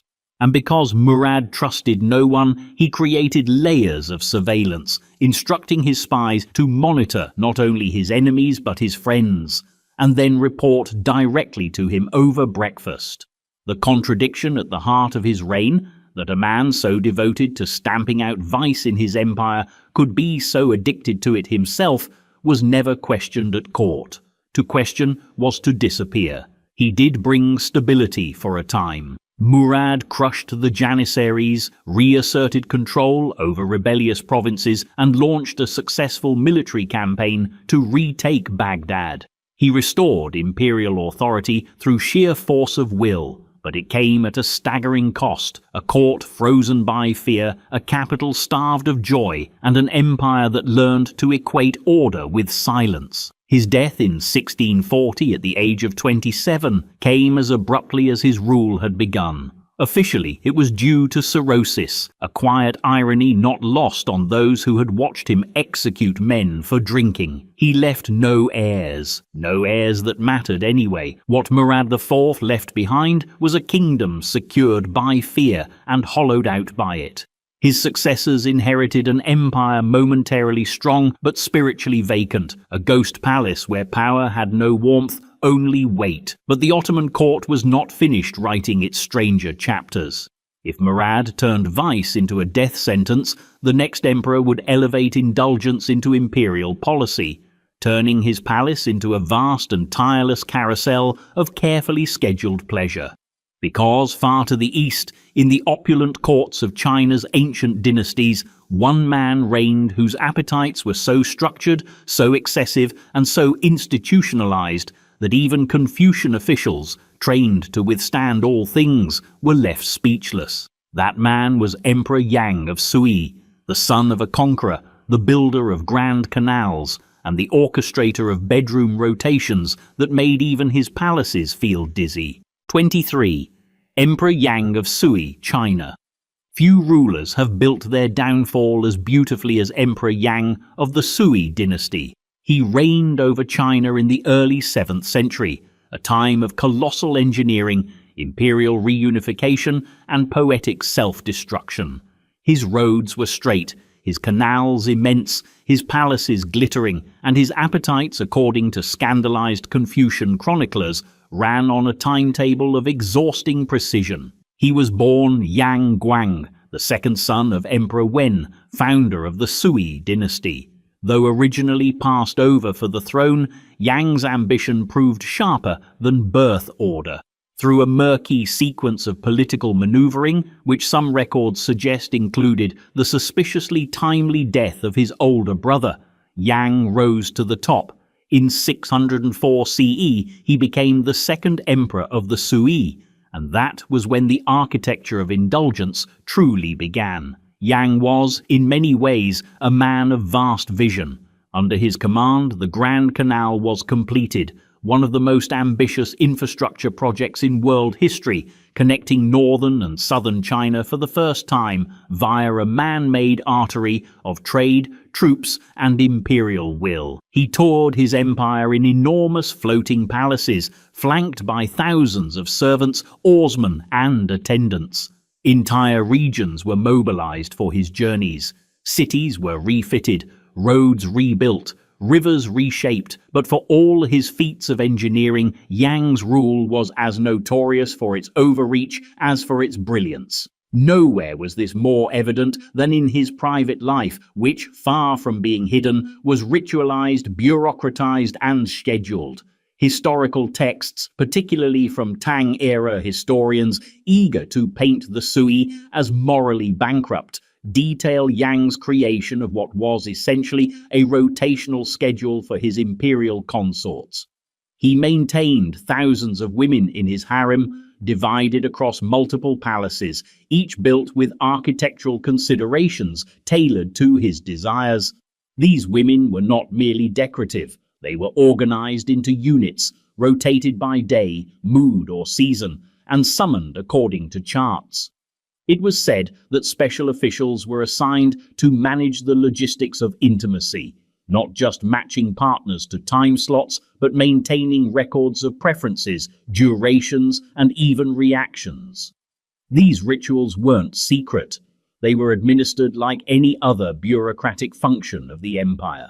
The court's Confucian scholars, trained to catalogue the cosmos itself, found themselves forced to nod politely as palace servants filed reports on imperial bedroom timetables. Even in an era where emperors were considered semi-divine, this was a lot. But Yang didn't stop there. He commissioned entire pavilions dedicated to amusement, including artificial lakes with floating stages where dancers and musicians performed from dawn until collapse. He imported rare birds, exotic fruits, and foreign entertainers to turn his palaces into a sort of living museum of indulgence. One of his favorites, constructing pleasure gardens that mirrored mythological heavens, complete with sculpted clouds, jewel trees, and winding paths designed to confuse and delight. And through it all, the emperor sat, watching, summoning, discarding. While earlier emperors might have shrouded their private behavior in mystery, Yang institutionalized it. For him, the line between personal desire and state business simply didn't exist. If the emperor wanted pleasure, then so did the empire. If he needed distraction, then the empire must become distracting. If he grew tired, something or someone must be replaced. The real tragedy was that while he orchestrated endless pageantry behind palace walls, the empire outside was unraveling. His massive construction projects drained the treasury. Forced labor bred resentment. Failed military campaigns against Korea pushed the people to revolt. In 618 CE, Yang fled the capital amid a wave of uprisings. Once surrounded by thousands of entertainers and servants, he now had only a dwindling band of loyalists. He was eventually strangled by his own generals in a quiet corner of the empire he once ruled like a living god. What he left behind was a broken dynasty, a battered people, and 1,000 scandalous stories that historians, blushing and fuming in equal measure, would preserve for centuries. Yang had transformed indulgence into governance, desire into routine, and luxury into imperial law. But even that wasn't his most unsettling legacy. It was the cold, machine-like efficiency with which it was all executed, as if human intimacy were no more than a form to be stamped, filed, and archived. But while Yang built palaces of decadence, the next emperor on our list would inherit a throne and immediately convert it into a stage. He wasn't interested in pleasure through ritual or dominance through spectacle. Emperor Wu of Jin wanted everything at once, and if history is to be believed, he very nearly got it. 24. Emperor Wu of Jin, China.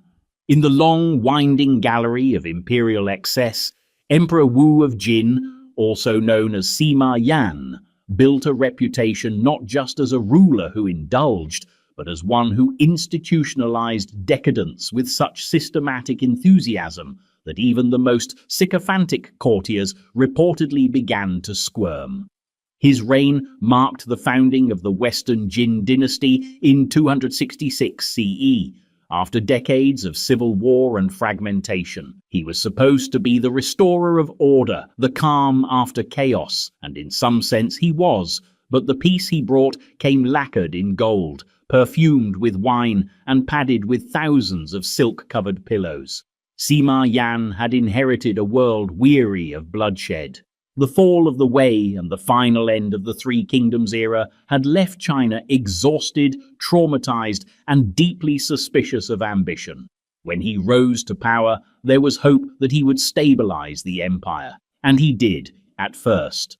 Administrative reforms, reunification policies, and a brief pause in warfare earned him early praise. But success for Emperor Wu was less a foundation and more an excuse. Once peace had been secured and rivals eliminated, he turned his imperial gaze inward, toward his own pleasures.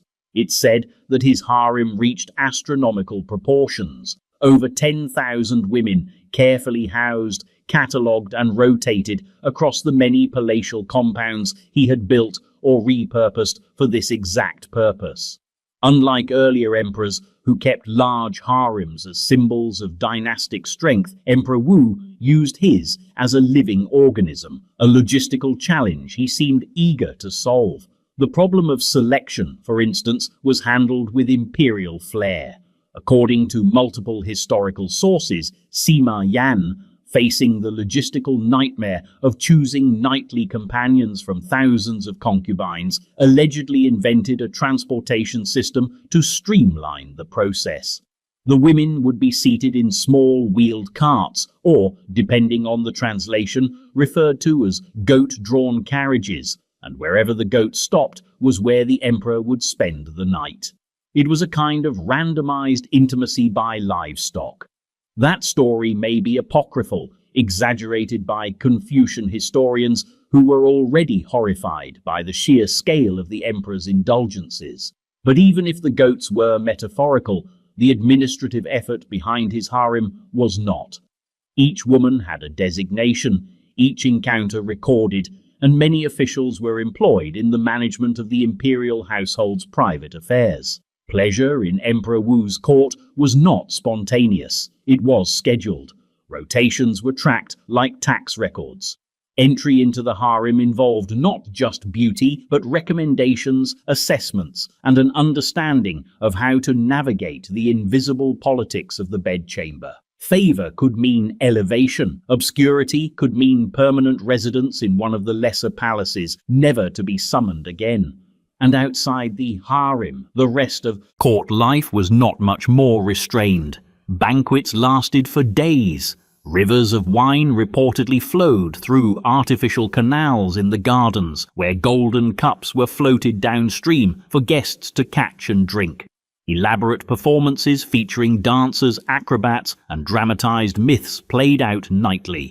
There was no ceiling to the budget, no limit to the spectacle. Scholars were expected to praise, not critique. Ministers learned to smile and nod while the empire's coffers began to sag under the weight of the emperor's dreams. But perhaps most unsettling was how normalized it all became. Emperor Wu wasn't erratic like Ibrahim I, nor was he violent like Murad IV. He was, in many ways, polite, a lover of poetry, music, and beautiful things. His indulgences came not with rage or delusion, but with soft-spoken command. That made them harder to resist and even harder to question. Meanwhile, cracks began to show. The military, underfunded and underappreciated, began to falter. The aristocracy grew bloated and corrupt, and in the shadows of the palaces, his own family, including future heirs, started to turn on each other. The infamous War of the Eight Princes, a series of devastating civil conflicts between members of the royal family, would erupt shortly after his death and rip the Jin dynasty apart from the inside. By the time Emperor Wu passed in 290 CE, he left behind an empire unified in name but hollow in structure. He had brought peace, yes, but it was a peace so perfumed, so intoxicated by its own elegance that it crumbled at the first sign of internal strain. His legacy, a cautionary tale carved in jade and whispered in courtyards, that indulgence, when given the power of empire, will consume not only the emperor, but the state itself. But while Sima Yan turned his dynasty into a palace of distractions, the next king on our list would rule not with grace or poetry, but with the strange, stubborn theatricality of an isolated monarch trying to modernize a medieval nation. King Zogmurd of Albania, the last mystery in our descent, didn't inherit a throne. He built one, and what he built around it was stranger than fiction. 25. King Zogmurd of Albania. If you were to take the shattered leftovers of a crumbling Ottoman province, add a dash of Balkan drama, throw in a stack of European etiquette manuals, and mix it all with the ambition of a man who had never seen a throne but decided to invent one anyway, you'd get King Zogmurd of Albania. Born Ahmet Muhtar Zogoli in 1895, Zog didn't grow up in a palace. He grew up in the highlands of northern Albania, where tribal loyalties mattered more than bloodlines, and the closest thing to royal authority was a well-armed cousin. By the age of 25, he was prime minister. By 33, president, and in 1928, after changing his name to Zog, he crowned himself king of the Albanians. That's not a metaphor.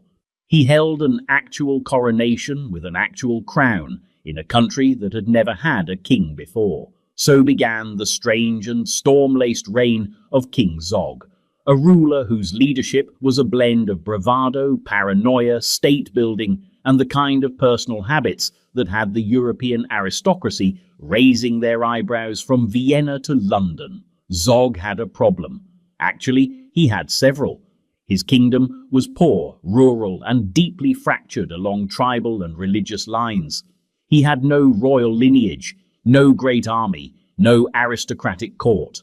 What he had was style, nerve, and a very modern sense of how to turn authority into image. He dressed like a monarch, ordered handcrafted thrones, adopted royal symbols, and built elaborate palaces, even if the plumbing wasn't quite finished. But it wasn't the politics that shocked his contemporaries. It was the rumors. Whispers around European diplomatic circles painted King Zog as a man whose private life was one long chain of contradictions. He didn't drink, he didn't smoke, but he did insist on being guarded at all times by heavily armed men, sometimes as many as 600 of them. He had survived over 50 assassination attempts and reportedly never went anywhere without at least 2 bodyguards within arm's reach. At banquets, they stood behind him. At meetings, they flanked him. At bedtime, according to persistent gossip, they remained nearby. But what caught the attention of the more gossipy tabloids wasn't just the security. It was the rumors that inside the palace, the king's taste for absolute control extended beyond matters of state. There were persistent reports, never formally confirmed but widely circulated, that Zog maintained strict behavioral expectations for the women of his court, particularly those working inside the palace. Staff were said to be instructed in dress, manner, and even in how to converse with the king. Servants allegedly rehearsed how to speak in his presence. Some accounts claim that women selected for court roles underwent interviews so exacting they bordered on absurd. A misplaced glance or informal tone could be grounds for dismissal. There were other stories too, that Zog had a hidden chamber inside the palace for private interviews, that he rotated his personal attendants with suspicious frequency, that only a select few were ever allowed into his residential wing, and even fewer allowed out without swearing silence. None of these tales were ever substantiated, and Zog's supporters dismissed them as political slander. But the rumors had traction for one reason: they fit the man. Zog was known for projecting imperial confidence while living in a country without imperial infrastructure. His court had the trappings of royalty: velvet thrones, banquets, uniforms, but little of the tradition or restraint that came with older dynasties. It was an experiment in monarchy, performed in real time, on unstable ground, with a king who seemed increasingly determined to control everything he could, no matter how small. In 1938, Zog married Countess Geraldine Apponyi de Nagy-Apponyi, a Hungarian aristocrat. The wedding was a diplomatic gesture as much as a personal one, an attempt to legitimize his reign in the eyes of skeptical Europeans. But even then, the court remained strange. Foreign visitors reported that everything in the palace felt tense, rehearsed, and oddly theatrical. The royal family may have smiled, but the smiles never quite reached the corners of the room. In 1939, with Mussolini eyeing Albania like a snack, Zog fled into exile. He would spend the rest of his life in various European cities, trying and failing to reclaim his throne. He died in Paris in 1961, still calling himself King of the Albanians. What he left behind was a monarchy built from scratch, held together by ceremony, guarded by machine guns, and haunted by rumors of a private life so meticulously controlled that no one ever truly knew where the image ended and the man began. And so, the curtain falls on the last royal in our procession. But of course, if history teaches us anything, it's that curtains never fall cleanly. Behind every throne, behind every rumor, behind every velvet-draped scandal, something always lingers. A question, a shadow, a whisper in the marble halls. And maybe that's the real mystery.